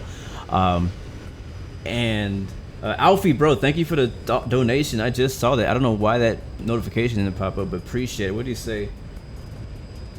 Do I know how to do the citation to Code and Dark, bro? Go to my you can go check that video out on my channel. I have a citation 2 video, how to start it up, on there already. Check out my review, and that'll be there. But yeah, there's gonna be some things that's gonna be missing, and we don't know what those things are yet. But we won't know until we play the game, and those are the things that are probably gonna send people back to X-Plane, at least for a little while. Everybody's gonna jump on it right at the beginning. Everybody's gonna jump on the bandwagon. Everybody's gonna jump into the hype. It's gonna be like that on the first week. Everybody's gonna be trying out, putting out videos. All that stuff is gonna be going on, and as we're playing it, we're gonna find out what we like, what we don't like. A lot of those things are gonna be planes that are gonna be missing. Yesterday, me and you talked about, bro. We think Z-Boat should be included in the production of this game, right? They should bring, but knowing that they have PMDG, they might not even bring Z-Boat on board. It's true. It's very true. That's actually a really good point. I didn't think about that, because again, I don't really pay much attention to the FSX and P3D side. Oh snap! There you go. I think that's you. Yeah, on the P3D FSX side, I have what's it called? In PMDG, we don't have that, so that's something that's kind of like out of my box, out of my circle. I don't know much about them. I've never flown their planes. I don't watch P3D or FSX streams. You know what I mean? Like, I'm out of the loop when it comes to P3D, and so I assume it's a good plane because people love it. But Z-Boat on the X-Plane side is like the best 737 that we know. If you've only ever played X-Plane, Z-Boat is the best 737 that you know. There is another IXEG 737 that's a payware. It's not free. So a lot of people say a lot of good things about that. I've never flown it, never tried it, don't know much about it. But Z-Boat for me is where it's at. And I think that it'd be amazing if they could just, instead of bringing in PMDG and making us pay $100 for a Boeing 737 DLC in Microsoft Flight Simulator, which is something else we haven't touched on. That's something else that could really kill Microsoft Flight Simulator if they get money hungry. I don't think it's gonna be that expensive, in my opinion. Like I was talking with the boys yesterday, it's probably gonna be like a type of iRacing type of stuff where you pay like a month-to-month subscription, or you're gonna pay a full year. But even on iRacing, you pay month to month, but then you still have to freaking buy the cars, the car DLCs, the tracks, which there's so many of them that it gets expensive. They're cheap, they're like $12 each, but because there's so much of them, if you want to get a bunch of them, it's very expensive to get a bunch of them.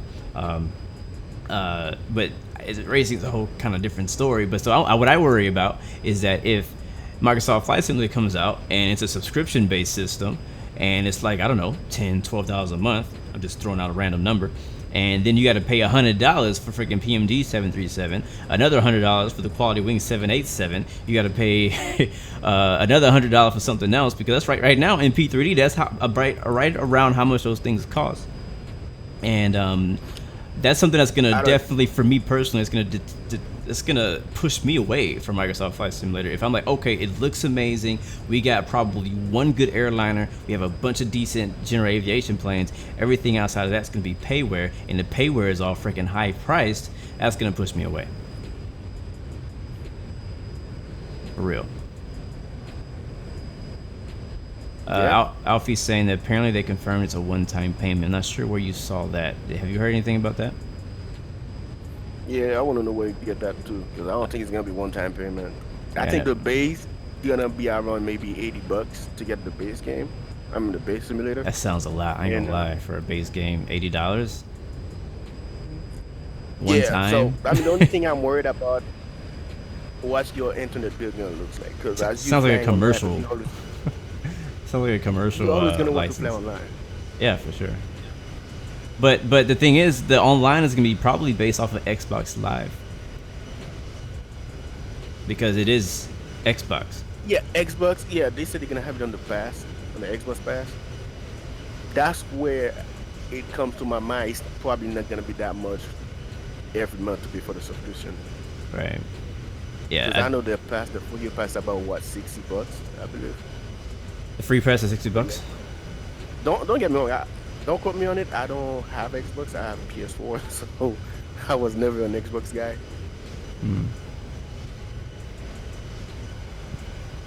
Yeah, Chris, I would love to be proven wrong as well. There, I think that's what everybody's hoping. They said that in the videos in the little conference thing they did, the little private thing screening, whatever. That their focus is for it to be a full-out simulator, and they're just porting it to Xbox. Yeah. How that works, I don't know. If that brings down the quality at all in the simulator, I don't know.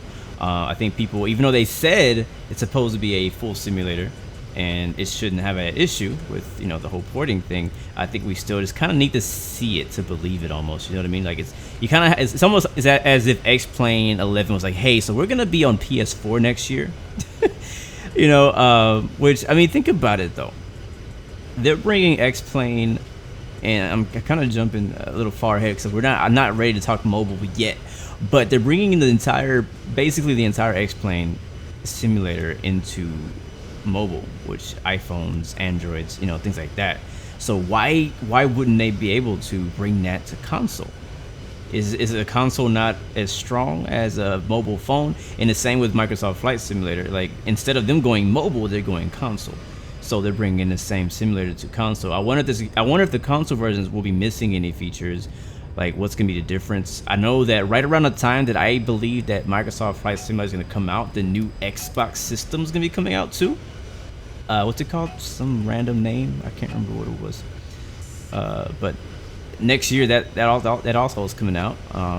So I know there's a lot of unknowns still. I like that we know more information. I do. Thank you. Project Scarlet is what it's called. I am personally excited about it. Before I was excited, but at the same time still weary, and I'm still kind of weary about a few things. I would not mind Microsoft Flight Simulator turning into my new main sim. Like, I wouldn't, honestly. I love X-Plane. I'm an X-Plane fan. I would say that I'm loyal to X-Plane, but the truth is, if something better comes along, no, don't get me wrong. I'll fly both of them. That's the thing for me. I'm fit both of them into my schedule. If I'm gonna do Microsoft Flight 2020 for 1 week, I'll do it for 1 week, 2 weeks, and then jump back on X-Plane for another 2 weeks. Trying to balance it out. Yeah. That's the thing. I don't. Knowing that. Go ahead. The level of graphics you have in Microsoft Flight 2020, you will have a lot of people doing VFR. Yeah, that maybe that's what it is. Maybe we stick with X-Plane and P3D for airliners, and we just do VFR flight GA on Microsoft. The problem is that they've done that before. Those other Microsoft Flight Simulator games that come out since FSX were all general aviation focused, and those all failed horribly. Because the problem is the flight simulator market is not general aviation. Like, there's a lot of us out here like me who do love general aviation and do love flying general aviation, but a simulator that is strictly only good for general aviation is not going to last long. I don't even like VFR like that until I was in that little Cessna when I did my Discovery flight, man.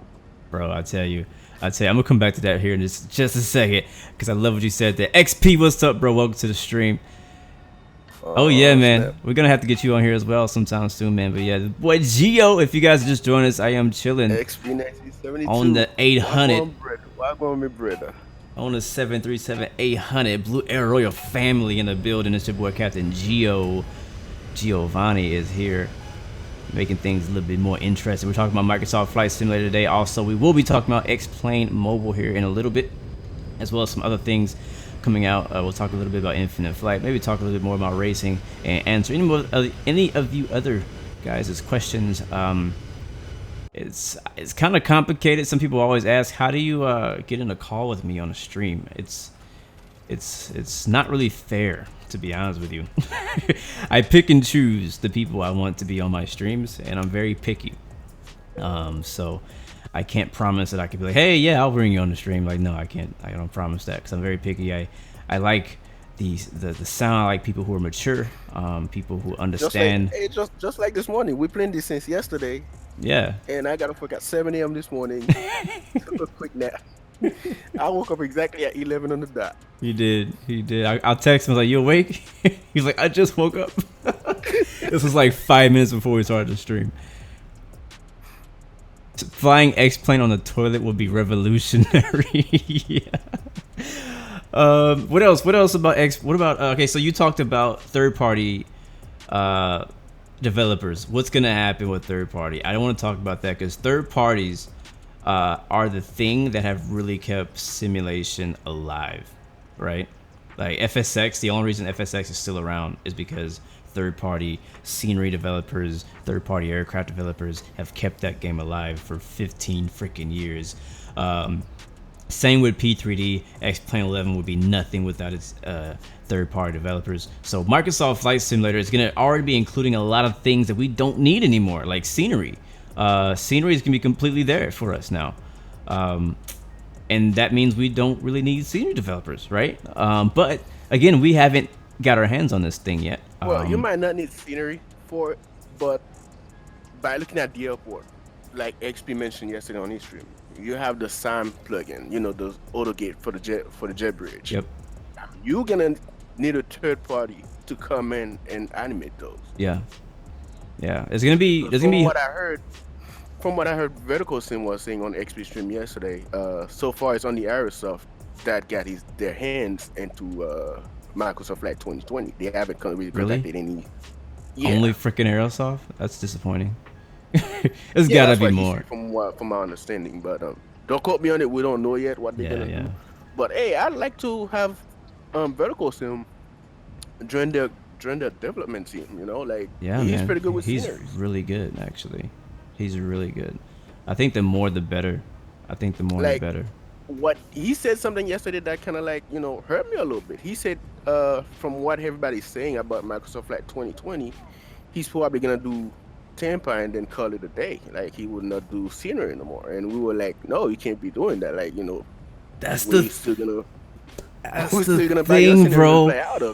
This is why I want to talk about this, because again, everybody's already discussed the hype and the amazing part about Microsoft Simulator, and I feel like this is like a radio interview. That's what it feels like. I got music playing in the background, but I got like a podcast feel today.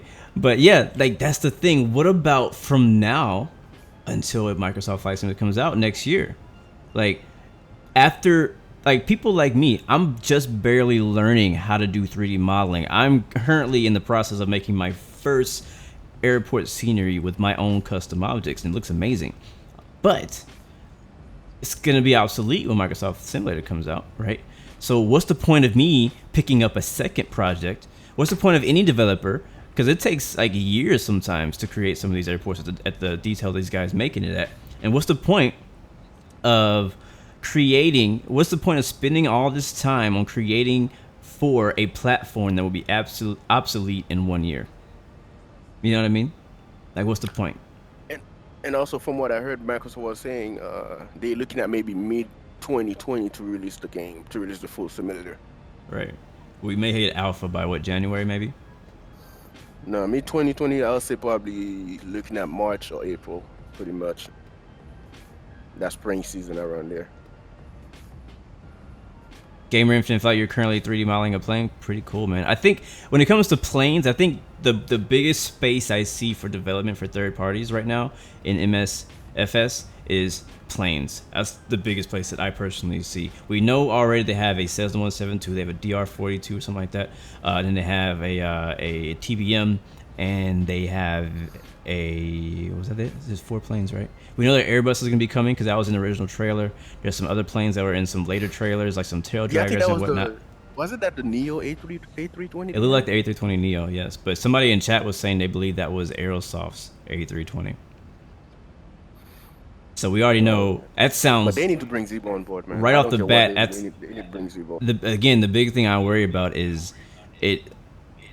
having to buy so many things. Like, I feel like in-app purchases or whatever, like, also what's going to be the process for third parties? Is it going to be open? Somebody mentioned this before. Is it going to be like an open kind of like FSX and X-Plane and P3D where you make your scenery and you put it out there and people can just download it and put it into the system? Or is it going to be all hosted on the Xbox Live Store or whatever the heck that's called? But or is it all going to be hosted on Microsoft's website? And it'd be kind gonna- of like how I don't think Dovetail that- did theirs, like, which was horrible. I don't think they will allow that. You know, they will allow you to do that because everything is gonna be on a cloud base too. Where like, I think they're talking about what 2 petabytes. Yep. Of whatever that Azure thingy, the system. But you wouldn't need no scenery because everything gonna be right there where they're supposed to be. Yeah. The only thing is, if you have the airport the way it looks like in real life, where everything is placed. But it's just gonna be a picture. But you would need somebody to go in to edit that and make some, That's make true. some, Yeah, there's probably going to be some room for editing in the airport itself because there's no way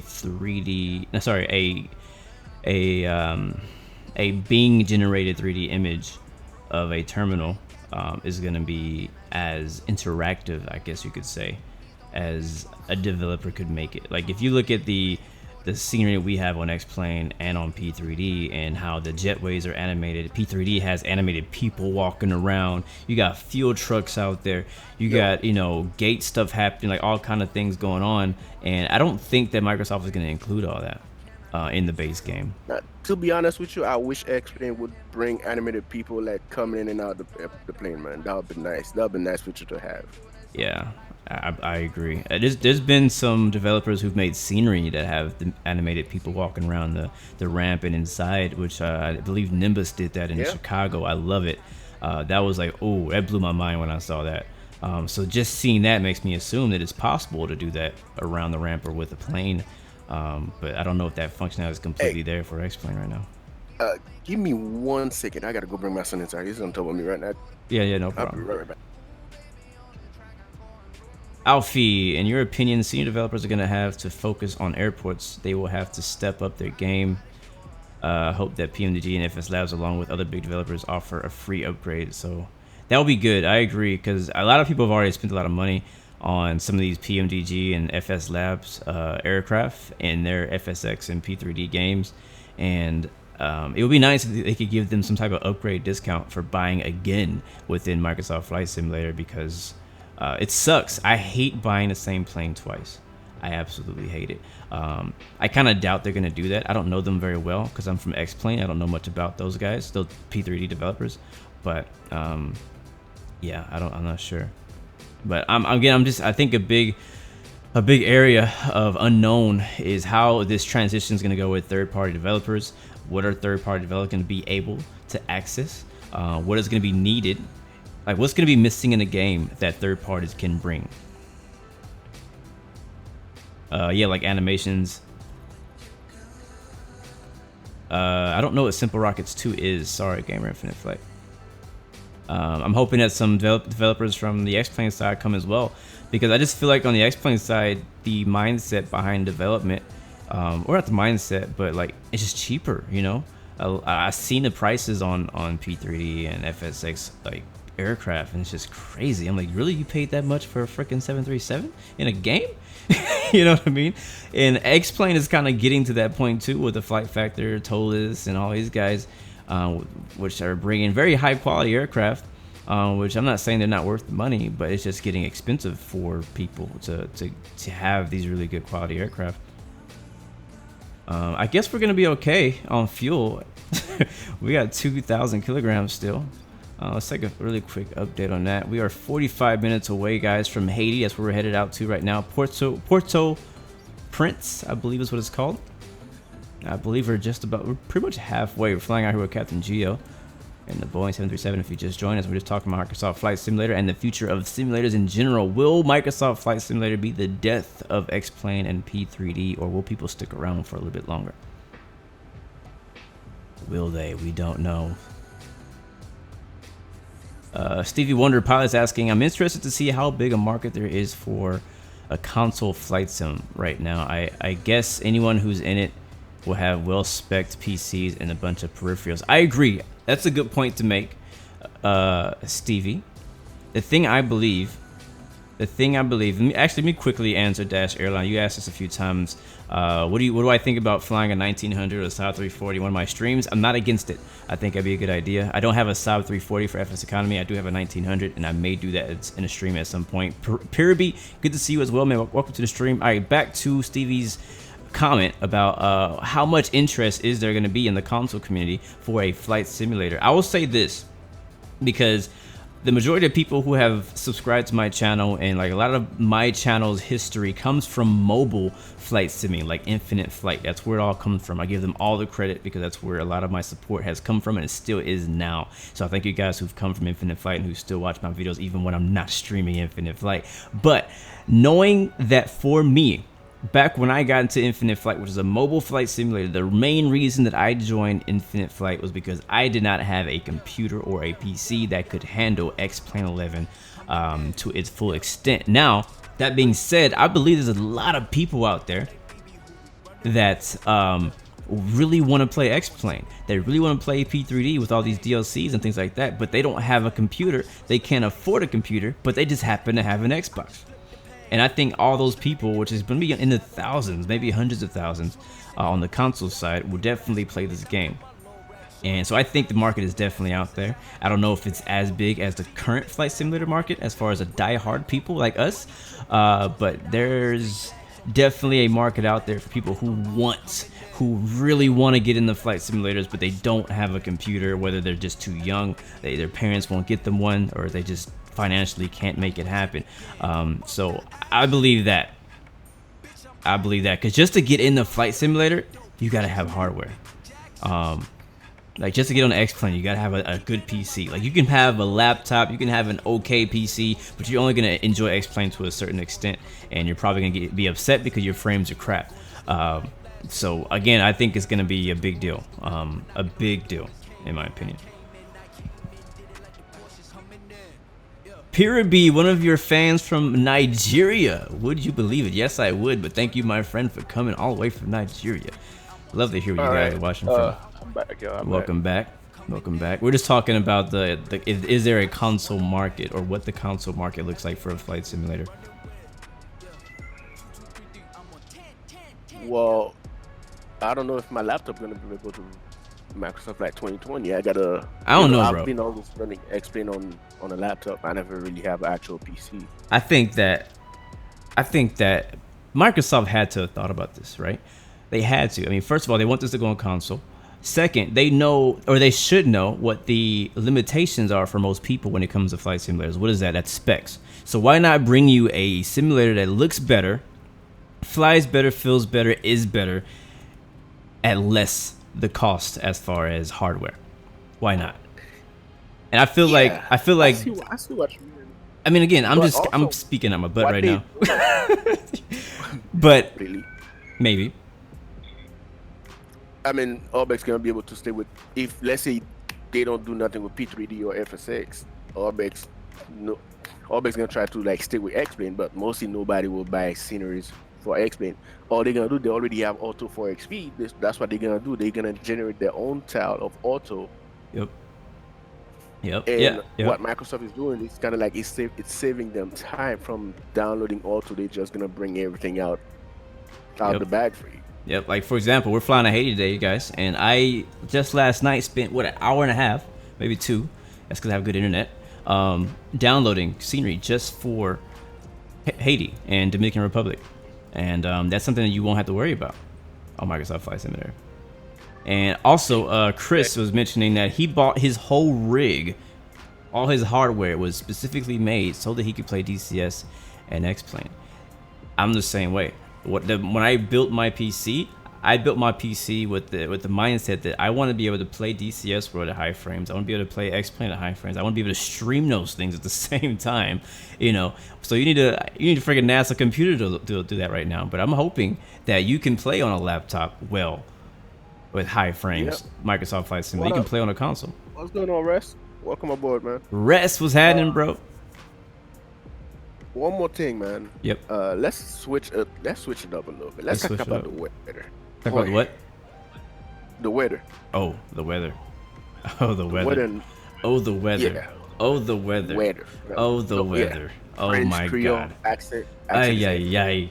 I'm just thinking about it. I'm not even looking at pictures or nothing. I'm just thinking about the shots. Completely volumetric weather system, guys. I ain't got nothing to say. There ain't nothing to say about the weather. Just freaking amazing. 100, 101.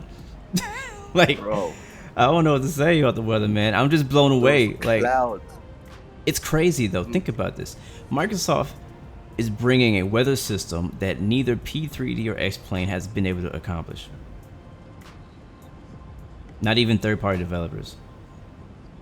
Like, XEnviro is currently working on volumetric clouds. UltraWeather is currently working on volumetric clouds. When is that going to come out? Maybe later this year. If I was them, I would be worried. I'd be very worried because they're spending a lot of time. Like, anybody who's in development on things right now, I worry about that because, like, after watching videos from yesterday, you're like, what am I even working on this? I need to switch to freaking figuring out how to work on things for Microsoft Flight Simulator instead, like that freaking Challenger 600 we're getting from the Hot Start team, which comes next year, which will probably release around the same time that Microsoft Flight Simulator comes out. There's a lot of things that that's the other business jet, the Aerobas Falcon, that comes out next year. There's a lot of things that are already planned to come out next year, right around the same time Microsoft Flight Simulator come out. And I'm wondering, how is Microsoft Flight Simulator going to affect the sales and the market for all of the rest of these things? And I worry, honestly, about them because we know it's built on that. I know that I'm going to be playing Microsoft Flight Simulator, but I'm also going to want to fly the freaking Aerobax, So I feel like for me, I've invested so much time and money into my sim to make it in the way that I want it, that I'm probably not going to immediately completely go to Microsoft Flight Simulator. I'm going to play it. Definitely not. I'm going to play it. I'm going to enjoy it. I'm going to put hours in it, but there's a lot of stuff that it won't have. It won't have a lot of planes that I have, a lot of scenery. Oh, it's going to have scenery, but it's not going to have a lot of planes that I have. A lot of the new planes that will be coming out by then are coming to X-Plane, and P3D as well probably has some things coming out as well. So I'm thinking back to what you were saying about Orbix, is that they have to be stupid if they're not going to bring Orbix in and get them to do something, because Orbix runs the scenery market right now. Yeah. And I actually went on Orbix website yesterday where they have like a bundle going on for a couple of stuff, which that's the first time I've seen that. They got a bundle? I have to check that out. Because, you want to get those bundle deals on Orbix because, you know what I'm saying? They actually sent me an email about it. Because, I got Orbix Lowy, and then that's the only Orbix I have pretty much. I was thinking about getting Washington. I'm like, you know what? No, let me just wait for a little bit. Then boom, there go Microsoft Flight 2020. Yeah, man. I'm sure that the news is already hurting sales even now, because me and you have talked about it. We're like, we're not buying any more planes. We're not buying any more scenery. I'm not. I'm good with whatever plane I have right now. I'm not buying no more planes for X-Men. Yeah, man. I might take into consideration getting the SFD by Mr. X when it comes out. Yeah. And I might get the MD-11. Other than that, I forgot about the MD-11. When is that coming out? Yeah. When is that release or scheduled? We don't know yet. I think maybe next year. Flight System said. Okay. I don't know. But they didn't really give out a date for it. But hey, on the other hand, go ahead. Anybody on the chat right now, I want you guys to Google, try to see what kind of system, what they put into Xbox, like what type of graphic cards it's in there, if you guys can dig into it. Probably preferably, I guess, the 4K one, right? The newest one. Yeah, if they said they're gonna bring that into Xbox, which is also got a freaking nice graphics. Yep. On the computer side or laptop or PC side, I'm looking at maybe at the lowest, you need to have at least a 1070 or 1080 Ti with at least minimum of 6 gig. Ooh, that sounds high, bro. that sounds I don't know. Yeah, I'm talking about the i7. I know, but 1080, when you get up to 1080 Ti, it's like you're asking you're asking a lot. So okay, what's the minimum? I'm talking about what, 1050, the lowest that I think will be good for people. 1050, yeah. Fair enough. Fair enough. I mean, I have a 1080 Ti, but that thing is expensive. And the 20, don't what's the get me wrong, I got- 2040 out or 20 something else is out now? I got the laptop, and I got the laptop. What is it? i7, the 9th gen, 9758, and I got a 1660 Ti in there, 6 gig. Right. And that thing run me about $1,500 from Dell. I buy it straight out from Dell. I didn't buy no gaming laptop. I just went on Dell.com and saw the specs. I said, hey, let me get that for $1,500, and it runs my X-Plane pretty smooth with no problem. I think I like what Rest says here. He says another thing to think about and have to remember is that only Aerosoft has access to flight simulator, the new flight simulator. So it's all good aircrafts will have to take time to go there. So it's going to be a while before we get all of their aircraft into flight simulator, the new flight simulator. Yeah, that is true, but That worries me though. If we're only going to have one aircraft developer, then it's gonna. I mean, you're gonna have like one plane, every 6 months, a year. Especially if they're airliners, because those, at high quality, they take a long time to produce. Z Cole, long time no see, by the way. Good to see you. Welcome to the stream. I'm gonna have to bring that up when it comes to the aircraft. They already have PMDG on their side. Yeah. Why you think PMDG never take time to invest into X-Plane? Maybe it's possible they maybe knew, because I didn't know. Because they said that thing been in development for about 5 years. Yeah, when he said that, it freaking blew my mind away. It makes sense that something like this would take that long, but I didn't realize that we've been out here, you know what I'm saying, mind our business, enjoying X-Plane, enjoying P3D, whatever we're playing out here, and then freaking Microsoft back there in the shadows, like, you got no idea, I'm about to kill all y'all. You know what I mean? Like, hey, hold my beer, let me show them something. Yeah, exactly. It's so, yeah, man, it makes sense. I mean, again, they proved to us that they've been paying attention to the market, to what X-Plane is doing, to what P3D is doing. So they have to know about these big developers like Orbix, like PMDG, like Aerosoft, all that stuff like that. So, and also you have quality wings. We would love to have a good 787 into X-Plane 11. Yeah, but yeah. They never moved to X-Plane 11. It's true. It's crazy too, because Orbix just made the jump to X-Plane 11, like in the past couple of years.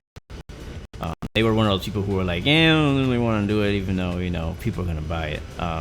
Also, Coronado, which I know people don't really like, but they came from P3D. Just Flight just made the jump as well to X-Plane. So there's a lot of developers who are finally jumping over. Flight Tampa over to X-Plane, and how is this going to affect them, as well?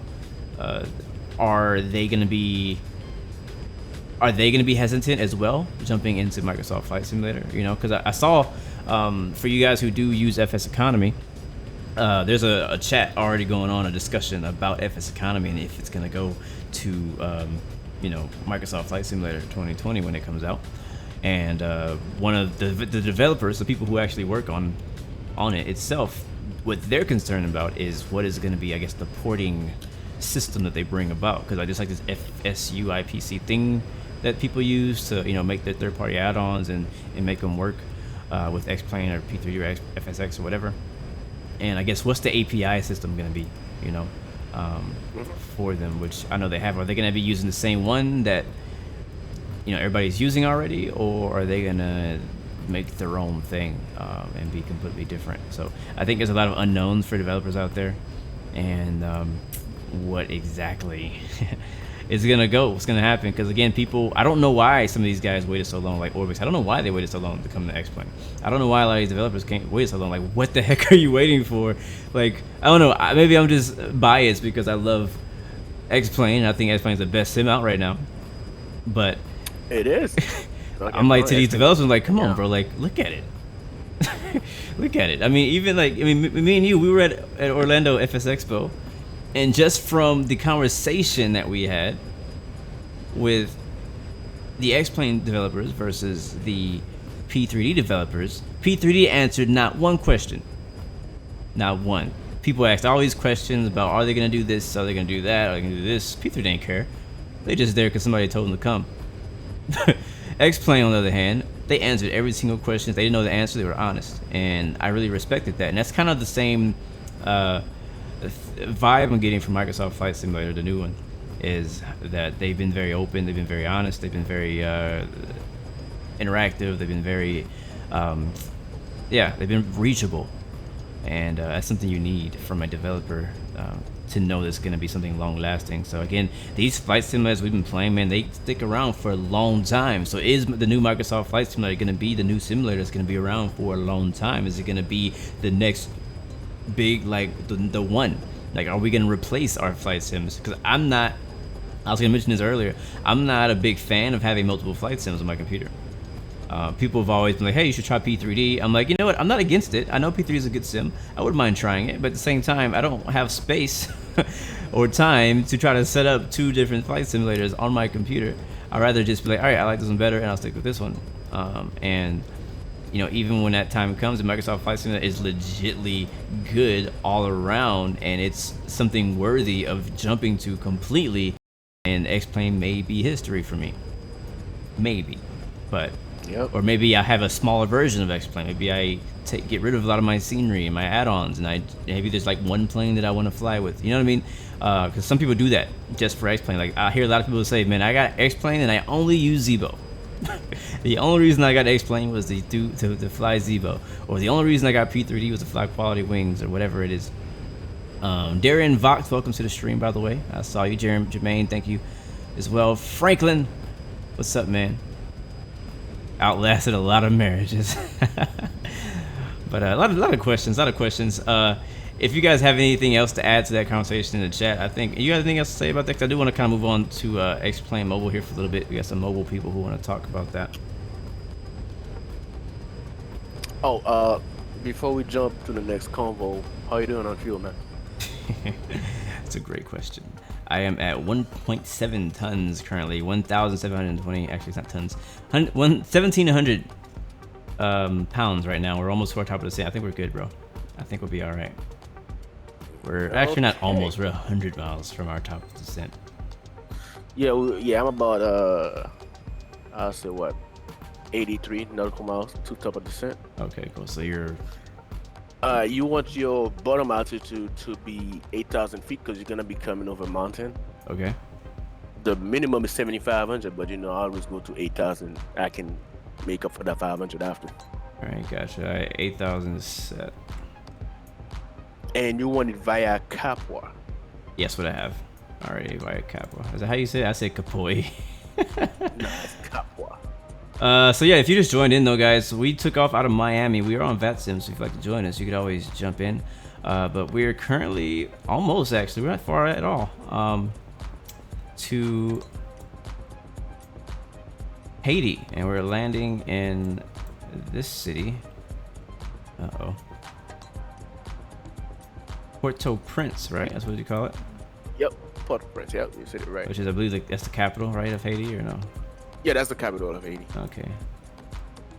And I've only ever done this.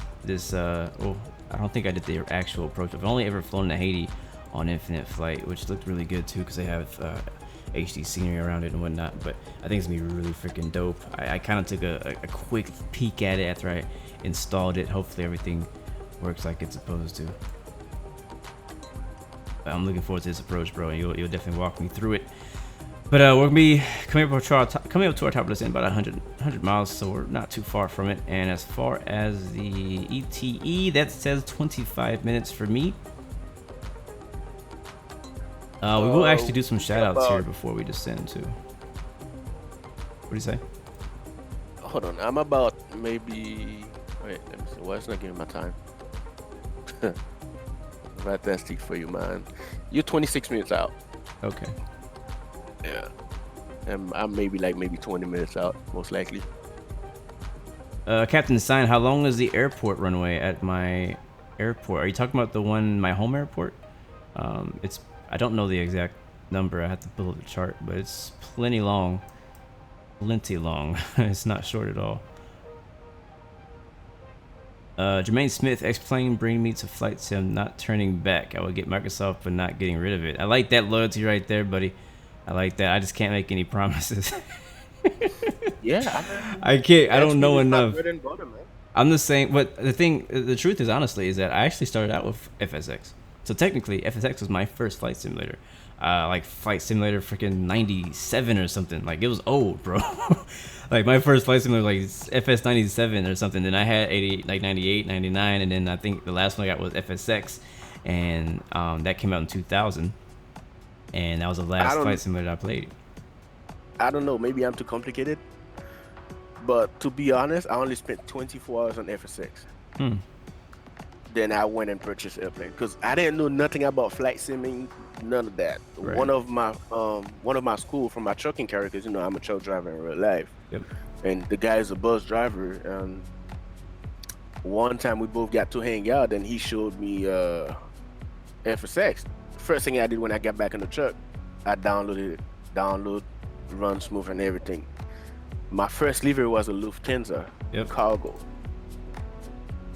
And from there, I'm like, it's kind of hard to get sceneries for it and, get the liveries installed and all that. You got to follow a whole bunch of direction, and it's kind of like hard to get the right stuff.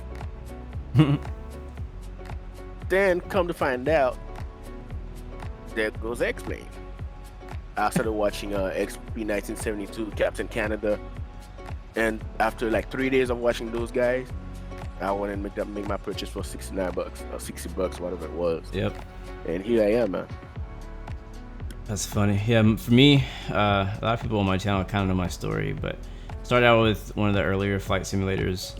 I played that on my dad's computer when I was a kid, and I didn't know how to do anything except take off. Like, I would start the aircraft with the engines on the runway. I would do throttle forward. I didn't have any joystick or anything like that, so I used mouse and keyboard. So it was like W, I think, maybe. Or I don't remember what button it was, but whatever the button is, to throttle forward. Did that, took off, gear up, that was G. Flaps up. I think I was able to turn the lights on and off, and then I think I was able to operate autopilot just enough to get me to cruise. No, actually, no, I did not do autopilot. So I just basically hit autopilot so I could go straight. And that's all I knew how to do. I know how to land. I know how to find an airport. I just basically let the plane fly. I didn't know this until now, but I was actually doing long hauls when I was a kid, because I would take off, I would let the plane fly all day, and it would just go. I don't know how you guys do those long haul, man. When I get up, I want to just land that thing. But no, it wasn't a legit long haul. It was just me not knowing how to find an airport, and I was like, I would just leave my dad's computer on with it on, and I would just be looking at the views. That was all that I wanted to do, was look at the airplane fly. And whenever I was like, you know what, I want to try to land it, I would just find a grass patch somewhere and just like basically crash land it down in the grass, because I didn't know how to find an airport. So that was basically my flight sim experience with FSX. And then later on, I got away from flight simulators, got into doing mainly console gaming for a long time. Cause I never had a PC, I didn't have a laptop or anything like that. And then I don't know when I got back into X-Plane or why, but eventually I got back into X-Plane on my laptop that I have now, which is a MacBook Pro from 2012, which cannot really handle X-Plane, just so you guys know. And I played on this computer for probably a year or two, at about 12 frames per second. And then eventually, I got this PC, which was very recent, like in the last 2 years, and that's when I really started going hard with X-Plane. But yeah, man, that's my story. While we have a quick break, we are coming up on, looks to be 50 miles from our top of the Zen. I don't want to miss it. I want to make sure you guys get your appreciation. Let's do some shout outs, guys, for everybody who's in the chat. If you're watching and you hear my voice right now, come through the chat. Let me know what was your first flight simulator, and what version, and I will give you guys a shout out starting now. Thank you guys for watching. Turn the music up as well. We'll jam out. You're listening to Blue Arrow Radio on 116 FM. Captain Geo is our special guest.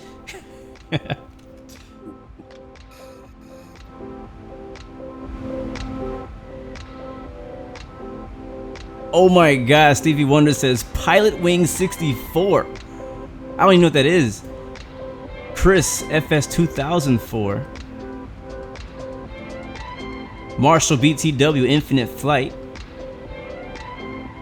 Gamer Infinite Flight, his first simulator was also Infinite Flight. the hacked version. We'll keep that between us.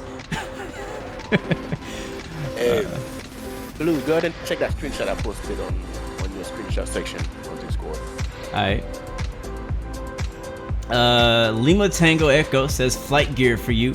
You got it on PC, gamer disc, and loved it. You were 16.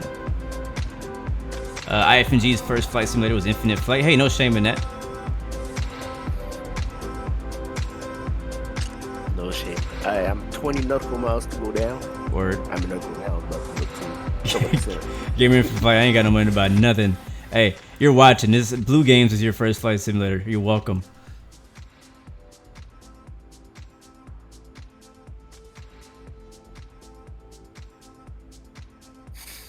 Hey, Jermaine Smith, I'm thinking about going up to 32 gig of RAM, man. Either 32 gig or 64 gig of RAM and call it a day. I'm thinking about it too, honestly. I have 16, I think, right now. And I'm thinking about going 32. Yeah, I might go up to 32 or 64 gig. Go all out. I multitask a lot on my computer. I tend to have a lot of windows open. Like right now when I'm streaming, I have 1, 2, 3, 4, 5, 6, 7, 8, 9, 10, 11 windows open right now as I'm streaming. A lot of it is for the stream. Some of it is music. Some of it is flight tracking, just different things that I have on. And, you know, it's when you're doing a lot of things, you need to have some RAM. You just have some power behind it. I got 90. You have 9 open? Yep. Oh, you know what I didn't do? Let me do this real quick. Yes, sir, Stevie. I have the T16000 as well. It works perfectly fine. I use it for everything aviation. So I use it for X-Plane. I use it for DCS. I think that's all I have. I used it for Star Citizen when I played it. I've actually uninstalled it now. All right, It has lots of buttons, which is what I needed. One thing I just kind of wish is that I wish that I could have. Oops, I probably shouldn't move it right now. But I wish that I had a little bit more. I don't know, like I wish I could be a little bit more sensitive with it. I guess it's a little chop. I don't know how to explain it, but I don't know. I guess I want a little bit more preciseness in the middle, especially when it comes to flying helicopters or playing DCS World. I'm flying very precision in a fighter jet at freaking Mach 2. You know, I want to have very good precision, and I don't really have that in this joystick. I've had my joystick though. I've had this since I've had this computer, so I think it's going on 2 years now. I've had this computer and joystick. I bought them at the same time. What wheel did I use for iRacing? I use a Thrustmaster T150 for that. All right, you ready for we got some clouds at 9,000 feet and at 1,600 or 16. Okay. Yeah, when I spawned in there earlier in Haiti, just to make sure my scenery was working, it actually it was like really overcast and cloudy and foggy. It might have cleared up by now, but it didn't look too good. When is that? When is that 90 at 12? I didn't get no ultimate. Gamer Infinite Flight says the only time he has problems with RAMs when you try to fly X-Plane and generate Ortho 4XP at the same time and have Forza Horizon 4 paused. That's the thing. That's another reason why I think 32 gigabytes of RAM would be good for me. Welcome to the stream, Kimmy. Is because I do things like that. Like I'll be doing a flight and I'll have Ortho 4XP running at the same time, and then I might want to do hunting at the same time. I might want to play Forza Horizon. I might want to play, some other game while I'm cruising. You know what I mean? On X-Plane, because you're not doing anything when you're cruising. You just kind of want to do other stuff while you're cruising on the computer. So that's where it's helpful to have a bit more RAM so that you can play even other games while you're doing it. If you don't have enough RAM, you can be playing X-Plane. You turn on another game and your frames drop completely, like in half, and then you 1 hour flight turns into a 3 hour flight because you've been wrapped up in playing your game and you're like, holy crap. All right, well, let's talk about the descent. Let's talk about the descent here. Coming up on it pretty soon. Smith. Hold on, Jermaine Smith, I'm thinking about it next year, man. Taking the wife out there for a little vacation. All right, so you are 20 miles ahead of me, so that's plenty. You have plenty of time to get on the runway and off the runway. You'd be good. All right, let's go ahead and let's brief this approach into the into Haiti. As you guys can see on this map here, I'm gonna go ahead and get my chart up so we can see what we're looking at. So we're should be flying in the what's it called, the Sava 1 Sierra is what I had planned. That's coming from Sava 1 Charlie. Charlie, okay. Yeah. I think I might be having Sierra. I'm not sure. I don't know what the difference is. Well, pretty much, if you had the other one, you'll probably go around and land on 28, I believe. Like where they victory around on top of the airport and come back left. You know, go on the downwind and come back left base to land. Yes, frames affect game speed. If you didn't know that, you need to know that now. If you're getting anything less than 30 frames, you are not flying in full time. In real time, I should say. Oh wow, look at that. Man, I haven't seen my Haiti scenery yet, and it looks good. So like if you're flying at like 15 frames and you're doing an hour flight, it's gonna take you 2 hours. I know this because my laptop had a big struggle with frames, and it would take me. I would have that exact problem, and I would actually get VATSIM would actually complain to me like, "Hey, are you all right?" Because like they would be like telling me to do one thing and go a certain speed, but I'd be going half the speed they give me, and they're like, "Hey, you all right?"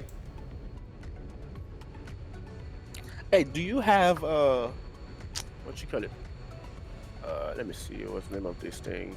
3G FPS installed. That can help you a lot with your frame and also auto speed. What do you mean? Like auto speed is like it's a Lua script that help you with speed. Like if your computer is not up to whatever you're flying, if you're flying online, just turn it on and it's kind of like keep up with the speed of the simulator. That's interesting. So if you're running low frames, it'll catch you back up so you can still fly in real time. That's interesting. I didn't know that existed. That's cool. Yeah, Man, it's called looks good. It's a Lua script, auto speed, and also you have 3G FPS that kind of like tell you about your FPS stuff, your numbers. Game Rivet says, I always fly with 16 speed and I get no lag. Yeah, of course you don't. Oh, that's hilarious. I'm kind of torn about the whole time remapping thing. I personally like to do my flights in real time, but I will say there's times that I will speed it up if I'm doing FS economy. I'm just doing some grind flights and I don't want to do it all, But yo, flying into Haiti, guys, check out the view. I think our aircraft has already started its descent. Yep, it has. And man, this looks good. There's a little bit of a issue, I think, over there on my left with some elevation data or something. But other than that, it looks pretty darn good. Wow. Bro, when she coming for final, coming over the water. Oh, I can't wait. I can wait, actually. I'm just going to enjoy the trip. I can wait. Let's see. Is it asking me for any kind of drag? Yeah, I need drag. Yeah, so those spoils are coming out. Ultimately, it's going to be 2983. 2983. All right, you're going to help me kind of assist me get in here. So I'll come out. I'll come out of standard, I guess. No, do 2983. Yeah, I'm already at 22,000 feet. 22, I'm at 30. All right, so I got my pre-selected 8,000, so that's what we're looking at right now. Yeah, 8,000. Yeah, just let the VNAV take it down. Then I always take control of my speed once I reach 10,000 feet. All right. I always make sure I'm right around 250, 240-ish. Gotcha. And kind of like slowly bring it down as I'm getting close to approach. Word.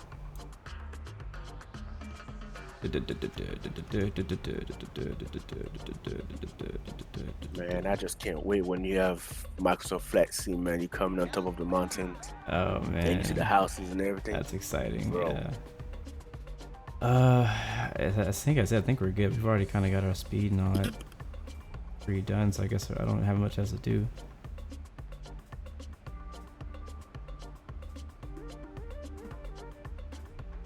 You were the one in the Jamaican shirt at the expo. Oh, wait. Yeah, he was in the Jamaican shirt. I remember him. I think I remember. Hey, Really? Benjamin, yeah, man, we'll keep in touch. Plan it out.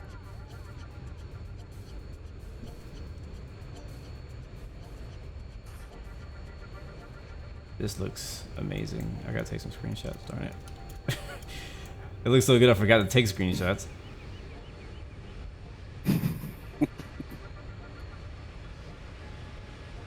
Oh, this is nice. I'm already at 17,000 feet going down. Do you have ortho out here too, or no? No, I don't have auto. I'm just running the Oh, right, base. because you're on the laptop. Yeah, I'm on the laptop. I can only do so much with auto, man. That wouldn't work out. That wouldn't work out too well for you. That's why I'm kind of like, yo, I was about to purchase 8 terabyte external hard drive just to have everything on there. That's what I got. 8 terabyte external? Yep, 8 terabyte external. That's just for scenery. Yeah, if I tell you one truth about me, people would think I'm crazy. But I'm using my hotspot for my internet to stream, to do everything. Yep. Because pretty much I'm barely home, so I'm like, what's the point of paying, $50 to $60, $70 when I'm like, I'm always at work. True. But now knowing Microsoft Flight 2020 gonna come out, I need a beefy internet, man. I need a beefy internet, maybe like $80 a month to get up to speed. Yeah. And trying to like have it unlimited. Yeah. I do want to really quickly, because some people were asking about it, specifically Gamer Infinite Flight. You were asking earlier, I want to acknowledge his question earlier about X-Plane Mobile and Infinite Flight as well. I wanted to quickly talk about that while we're descending.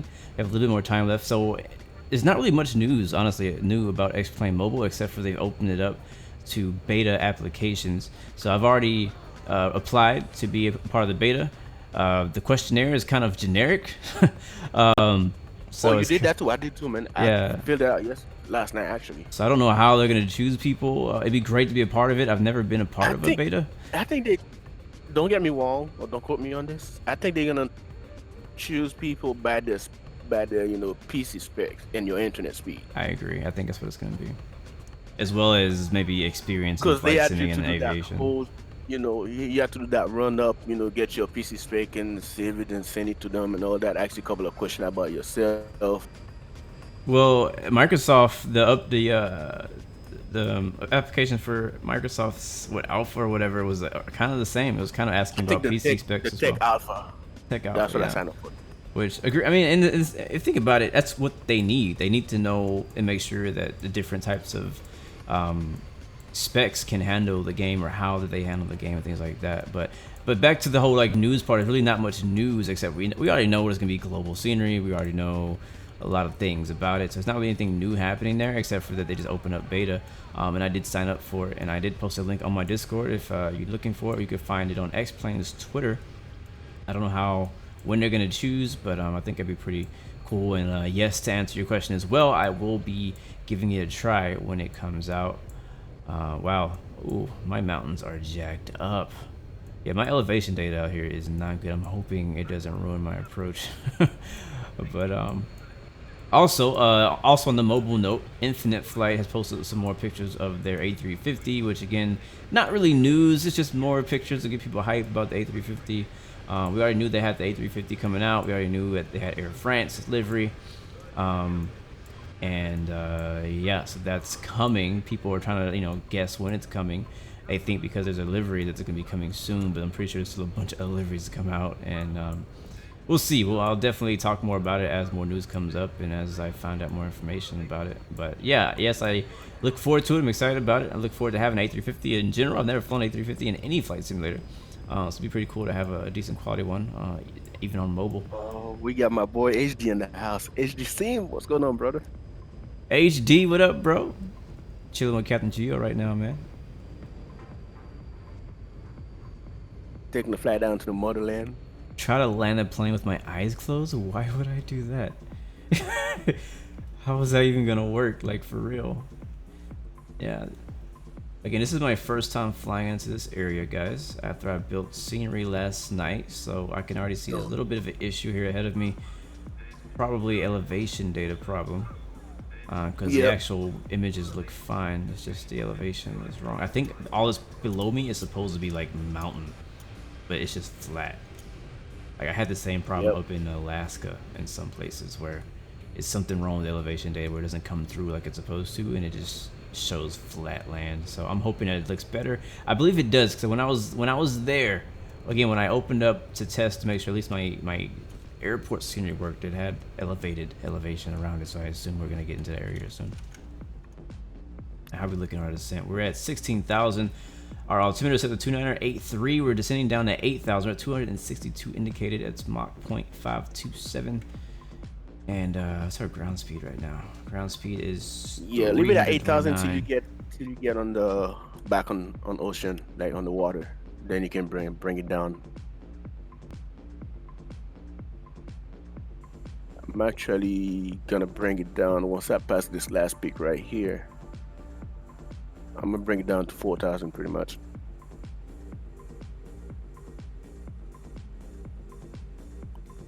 Also, I mentioned it earlier, but yes, really sorry and sad to hear of SimBuddy.com closing down. If you don't know what SimBuddy is, it's basically you can create your own virtual airlines and manage them with like a whole economy system where when you fly, you actually can load in passengers and make money on each flight. You can create an entire network wherever you want.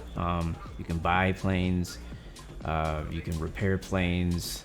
You also have the in-flight that they had, which is really cool. Something that nobody else has on X-Plane currently was a in-flight feature where you could actually talk to the flight attendants and tell them to do different services, whether it be turn on music, turn on turn on the seatbelt signs, serve food, serve drinks, and you kind of have to time your flight to try to make sure all that stuff was able to happen in the meantime. So kind of sad to see them go.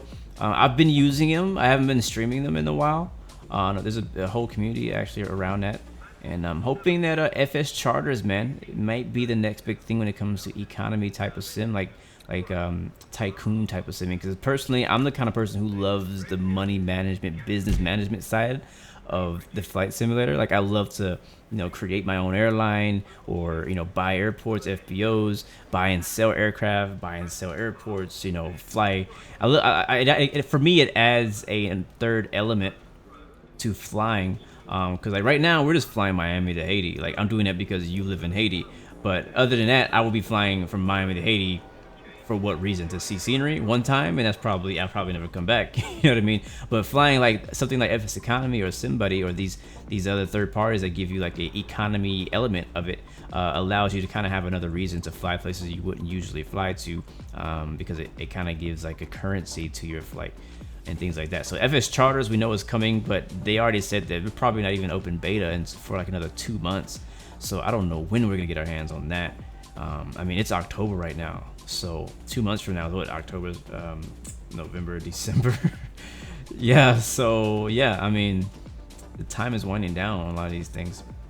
We're about 10 miles behind you, bro. You're still good. I can't see you out my window, but I do see you on my TCAS. Oh, you're 10 miles behind me? Alright, cool. Yeah. Yeah, I'm still gonna keep it at 240 until I'm like close to final, because I'm about to turn final in like a couple of minutes. I'm at 10,000, still descending for 8. I'm at 200 and yeah. Once you pass that little peak, you just bring it down to 4,000, and 4,000 you gradually bring it down to like to your lowest altitude, I think, because I'm at 4,000 right now. Cool.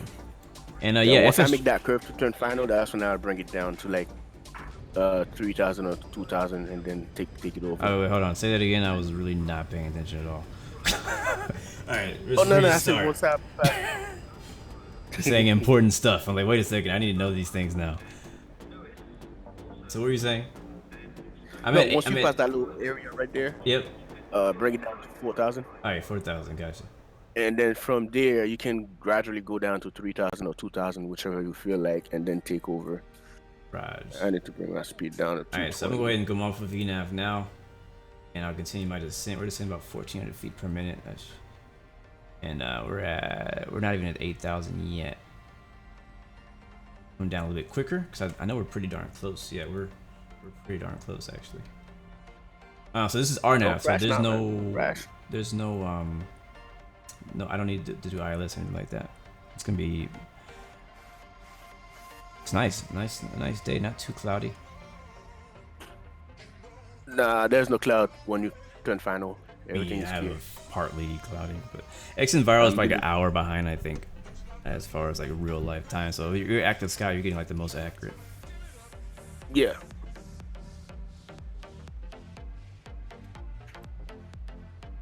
Bring out flaps 1.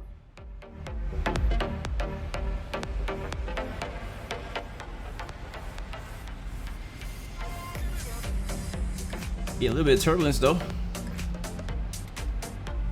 Yep. Oh, I see that because you're coming over the mountain and then about to jump on water. Another thing about Microsoft Flight Simulator is the way the flight model and the wind, like that impressed me personally, because I've done some research on mountain flying, and honestly, Active Sky is currently the only weather engine, from what I understand, that actually simulates updrafts and downdrafts. I talked to the developer at Active Sky back at FS Expo, and I asked him about it, and he's like, yeah, I believe we're the only ones that actually simulate that. But it's cool that Microsoft Flight Simulator is actually going to also include that by default in their weather system. So another way their weather system is just amazing. Like I have nothing bad to say yet at the moment for it. Like it's just I can't wait. Active Sky and xmrbluemc the standard. Yeah, what do you think, bro? I don't think so. Active Sky, yes. xmrbluemc, no.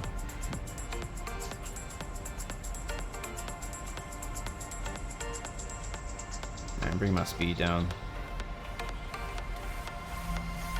I'm gonna kill the music, guys. We're on a left downwind for runway 10. Port-au-Prince. We're gonna be number 2. I'm turning final right now. 1,000 to go. Ben Brown, yes, Friday I will be doing Friday night flight. That will be on Friday. Tomorrow I'll be on X-Plane again. Thursday we'll be doing some racing on iRacing, so if any of you guys want to join for that. And then Friday will be Friday night flight. That is my current plan for the week. Things may change. You never know. So just letting you know. Now you say I can slowly make my way to 3,000 now? I'm doing a full flap 40, 138. Gotcha. 138 plus 5, 143. Alright, I got the runway in sight. I'm slowing up. 1,000 to go. Flaps 5. This is gonna be fun. I like approaches like this. Alright, land light's coming on, guys.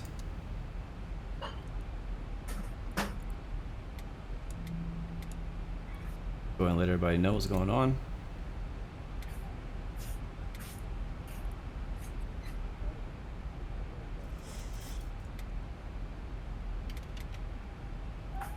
I have the traffic on my TCAS. He is 8 miles ahead of us. I want to give him plenty of space because he does have to back taxi if he doesn't make the one exit. There's only one exit.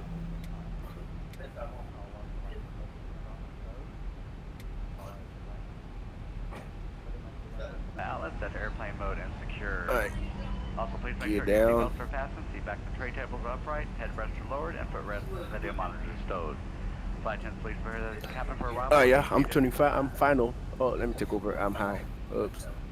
That's one thing. You always want to take over at 2,500, so you can kind of like control your speed. Appreciate it. Thanks for the heads up, because you know I come in fast in a minute, bro. Yeah, so Ain't it's trying to go automatic. You don't around. want to be too high. 1,000 to go. Not trying to go around today. Yeah, I'm not trying to go around either, man. I don't like going around. Nobody We likes to gonna go smash. around. Alright, we're actually 20 miles from the airport. You're gonna have 5 miles from traffic. You're gonna have a 10-knot crosswind at 120 degrees to your right. Night crosswind from the right? Probably from Yeah, those 10 knot. mountains, I assume. Man, this is beautiful, bro. 2,500. This is freaking gorgeous. My gosh. Alright, we don't need those spoilers anymore. Flaps 30. Oh, this is pretty.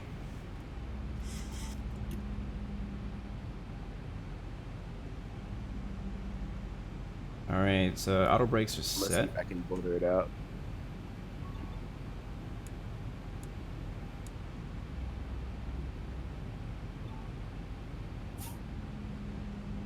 Landing elevation is like 800. It sounds like 86 feet. It's like basically sea level.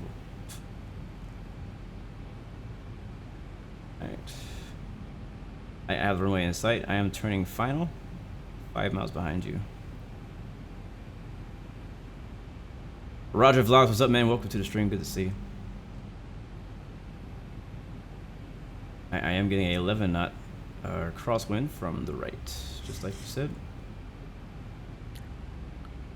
You already turned final? Yeah, I'm just like 5 miles back. I'm trying to slow down because I'm gonna give you more space.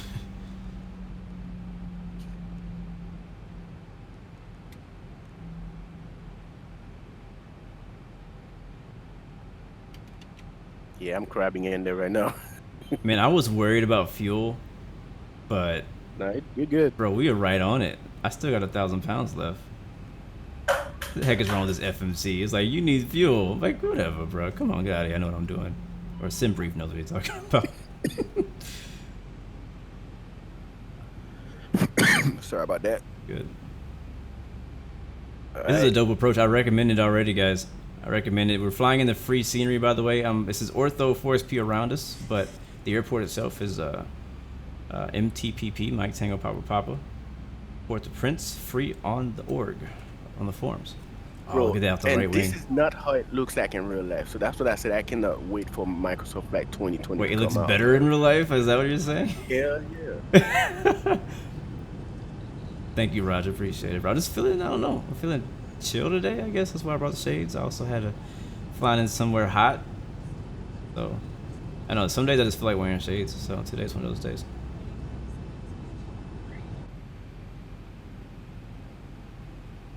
And we're still holding that fire. What's your speed, bro? Oh, crap. I need to take over. Hi. All right, we're flying her in, baby. Autopilot is disengaged.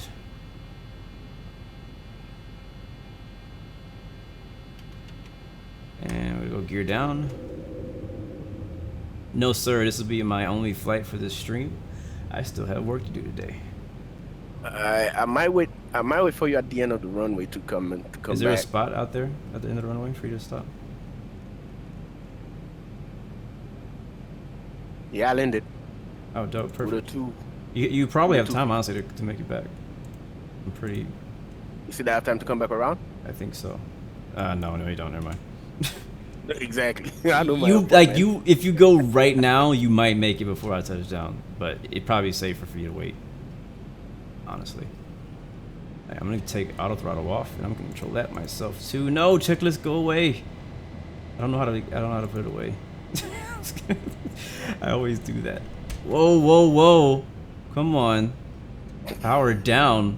Turn the auto throttle off. The thing went friggin' 99% in one. Oh great, now we're fast. Oh dang it, and high. Oh, I see you on the horizon. Yep. Sorry, Let me hurry up. I've been in this situation many times. 1,000. Yo. 1,000 feet stabilized, Mr. Birch. I do have that You're crap. a tad high. What do you say? You're a tad high. Just a little I'm trying bit. to hurry up and turn right back around.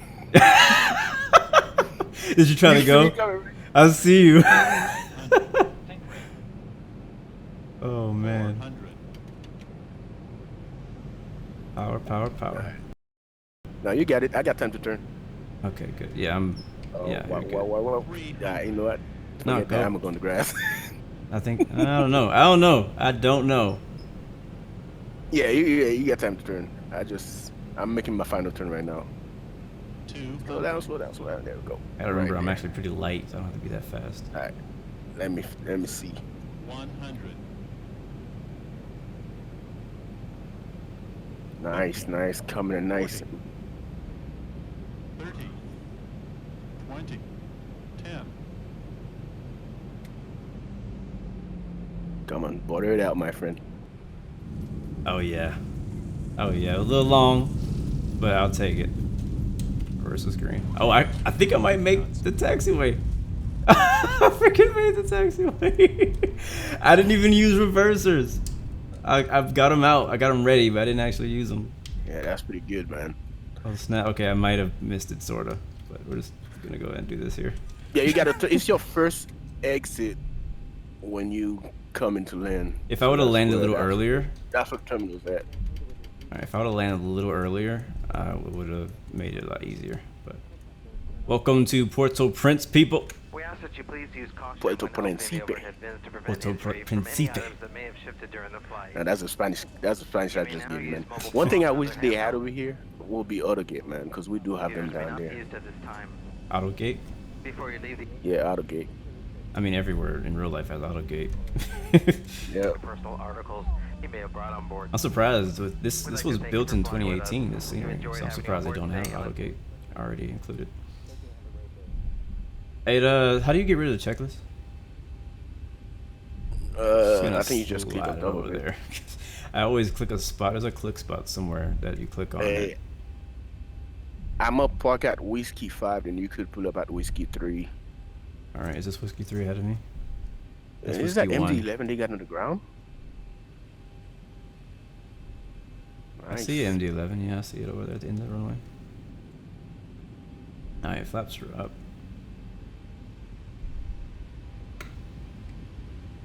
I think he means a landing rate plugin. No, I don't have it. Yeah, you need that landing rate plugin, man. It's fun. All fun and games. I've been meaning to install the Project Fly one for the stream, but I don't know. Whenever I stop streaming, like, I gotta go. Like, I don't do a lot of like preparation between streams until like right before I start, and I was gonna do it right before I started today, but ran out of time. I didn't want to keep waiting, but I do plan to get it on because it's pretty fun. Yeah, I've seen other people do it where like have people like guess the landing rate and stuff. It's a pretty fun game. Nice. That's a good flight, man. That's a good That flight. was a really good flight, man. Thanks for joining me, bro. That was a lot of fun. no We gotta do this problem, again when you're off again. Matter of fact, since you're an actual truck driver, we need to play some American Truck Sim. That's what we need to do. Well, yeah, we need to do a stream on that ATS. I don't mind at all. You can teach me some things because I've been doing it all wrong. I know it. Let me try to see if I can take a screenshot. No, I just need to move a tad bit. Hold on.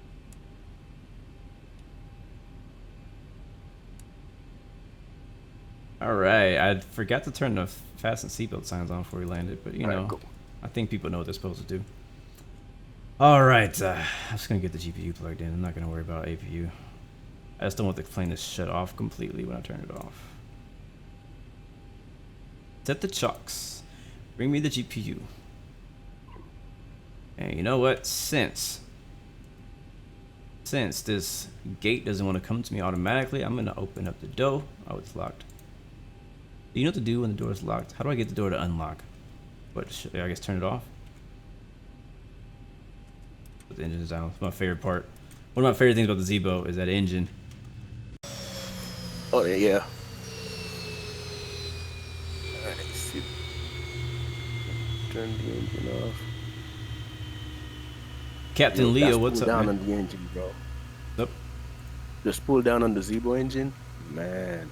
Oh yeah, that's what I'm saying. Like I gotta go to the outside view when I shut it off. I'm like I gotta hear it. I absolutely have to hear it. Wait, I hear something beeping. Oh, that's the inside. I don't have power. Leo was saying click on the middle part of the checklist. Oh, there he goes. Thank you. Appreciate that. Yeah, I don't know where the click spot is to turn it on, but I always click on it and it like gets stuck there for the entire flight and it's super annoying. Well, guys, again, welcome to Haiti. Captain Geo's home. Looks great. And he says it actually looks better than this. That's why he's excited for Microsoft Flight Simulator because it's going to look even better on there. So I'm excited about that as well. Pretty freaking dope approach, man. That was really cool. And whoever did this airport, great job as well. Yeah, they like the buildings and everything. That's the exact way they modeled it, like the exact way it is. Probably might be off somewhere, but it's like that in real life. But the building I know are looking like that in the background. It's way better. Yeah, and Chris Leonore, no, this is not the Philippines. This is in Haiti. And you notice the flags too, right? The flags floating around. Yeah, I think I noticed that when I loaded in here to test it. I saw some flags. I didn't really recognize them because I don't know the Haitian flag by heart. You know. They do. But matter of fact, you got plans for this afternoon? do I? What is today? I don't know. I don't know what today is. It's Tuesday, man. Tuesday. I'm like lost. I'm like, bro, you caught me off guard. I wasn't planning on thinking. No, because I think since I'm over here in the Caribbean, I was gonna try to head down to San Juan, Puerto Rico. That'd be dope. That's another fly dope approach. The same link I sent you. If you look into that scenery, they have a San Juan airport. And is that what that was? That was San Juan? Yeah, it's in there. It's in there too. No, but I was saying the screenshot you sent me. That was a screenshot of San Juan on Microsoft Flight Simulator. Oh no, not that one. That's from Flight. That's Microsoft Flight 2020. Okay. Well, maybe I have to see how work goes today, but I might be free at least to do a flight later. And if any of you guys who are watching the stream want to join us as well, you can feel free to do so. We'll definitely be posting on my Discord whenever I do that. But we gotta get out of here for now. We need to watch the replay. That's what we need to do. Let me go ahead and get out of not Discord. Freaking VATSIM. My landing rate was a negative 98, by the way, guys. Oh yeah. Yeah. Nice. That's right in there. That's right on in that Project range. Fly? What do you say?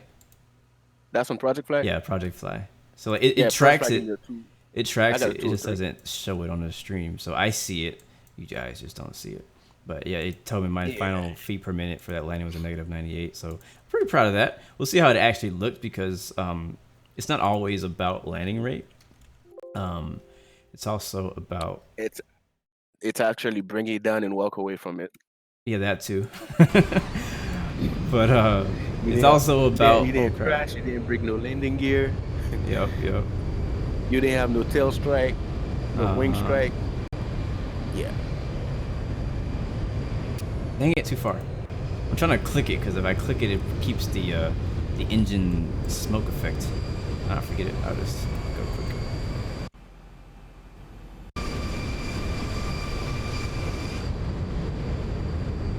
I would do this view first, and then we'll watch the next one. But yeah, I came in hot, came in fast. I adjusted. Thankfully, I still got it where I need to be when I got it, and we'll see. Yeah, I have zoom level 17 here, or whatever is available. This might be. I don't know if this is the airport scenery, like the scenery from this guy's scenery. You know what I mean? Yeah, I don't know if it's his or mine. I can't really tell. It looks like it's his because mine should look better than this, honestly. Yeah, what you could do, you could go inside his stuff and remove his auto and then just let your auto. Oh yeah, I can remove it. It will look better. Mine, I know mine looks better. Definitely. Who was that asking? Josh Cut YT. Nobody knows when the new flight simulator is coming out. All we know is it comes out sometime next year. That's all the information we have right now. Can the next flight be to Trinidad? I'm not against that.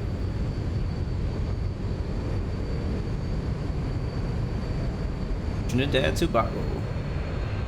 A little bit of a float there, but hey, we put it down softly.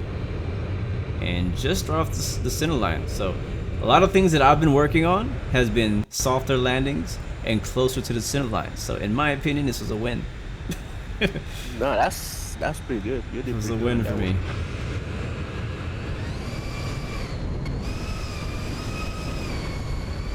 All right, we'll do the flyby now.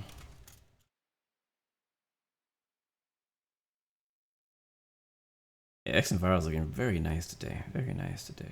I'm just honestly very surprised that I actually made that one taxiway. I didn't think I was gonna make it. I thought I was gonna use more runway. I didn't know I was gonna make it out when you on final, man. You barely made it, bro. You barely freaking made it. I was like, I don't know. I see your lights pointing at me. I'm on final. I'm not sure how long it's gonna take me to get down, but you might. I couldn't see where you were like really on the runway. I could just see that you were on the runway and your lights were on. Yeah, and also a flat out up here, you probably would be taking off from runway 10. Yep. And you go all the way out and make that right turn. Pretty much the same way you came in. Okay. Yeah, I got some. But yeah, flat two. What's the ICAO code for Trinidad and Tobago? I don't know. Guys, what is a flight ICO for Trinidad Tobago? Also, I don't know if you have it, bro, but San Juan, Puerto Rico has some decent airport scenery out there for free.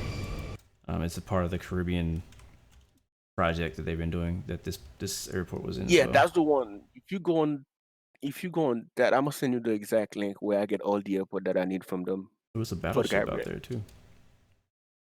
Yeah, I think I have some of them. I don't have them all, but I have some of them. Some of them even include over there in Panama. I got my Panama City from the same people. Yeah, their San Juan, it's pretty nice. Pretty new too. That came out like this year. Yeah, we floated that thing. Kind of came down hard on the nose gear too. That thing sounds amazing. Bro, we stopped right... That had to have been so uncomfortable for the passengers to come from 130 knots to 60. What was your auto brake set at? What's up? Your auto brake, you had it on 3? I had on 3 or 4. Nah, I had mine on 2. I wasn't on max, but it was on like, it was high. No. I always put it at high because I never know how fast I'm gonna come in, you know. Hey, I just sent you a PM for the project they're doing on your personal Discord. All right. And I'm about to send you the link for San Juan. We already have someone. I was telling you about someone. Yeah. I already have someone. We flew there Sunday or Saturday last weekend. Some of us on Discord flew into San Juan from Miami. I mean, you choose the right one? I'm sure. Do they have the flags floating around too? Yep. It was fun.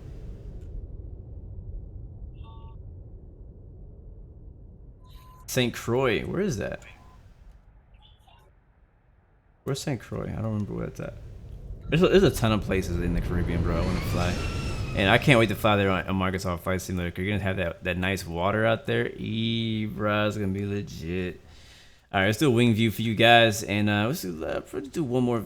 Let's see, left. We'll do left. And I got to get out I'll of here. definitely do another flight, but I got to head out real quick.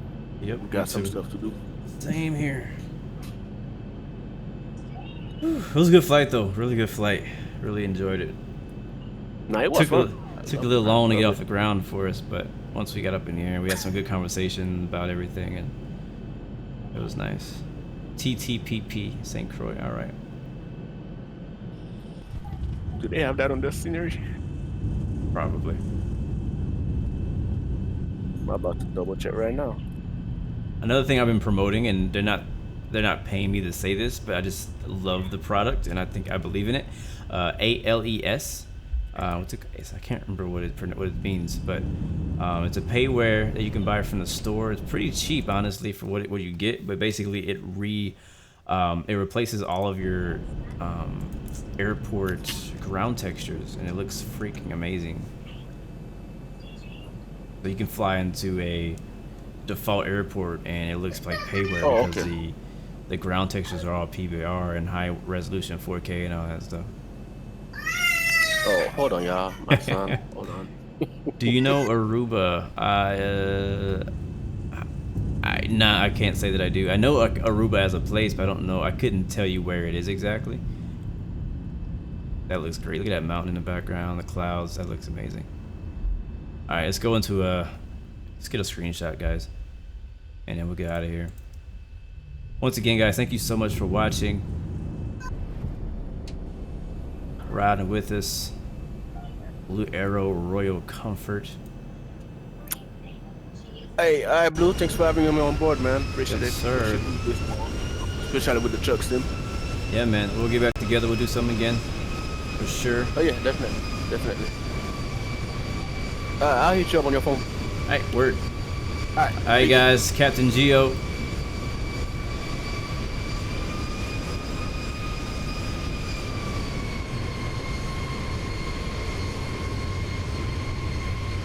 Go somewhere around here. Get us a little screenshot. I'm not sure what I like. I'm not feeling any of these, honestly. And I kind of like it better when the airports have grass. Maybe from this side. Yeah, I'm not feeling any of those. Oh well. I got a bunch of screenshots earlier. I'll probably use one of those.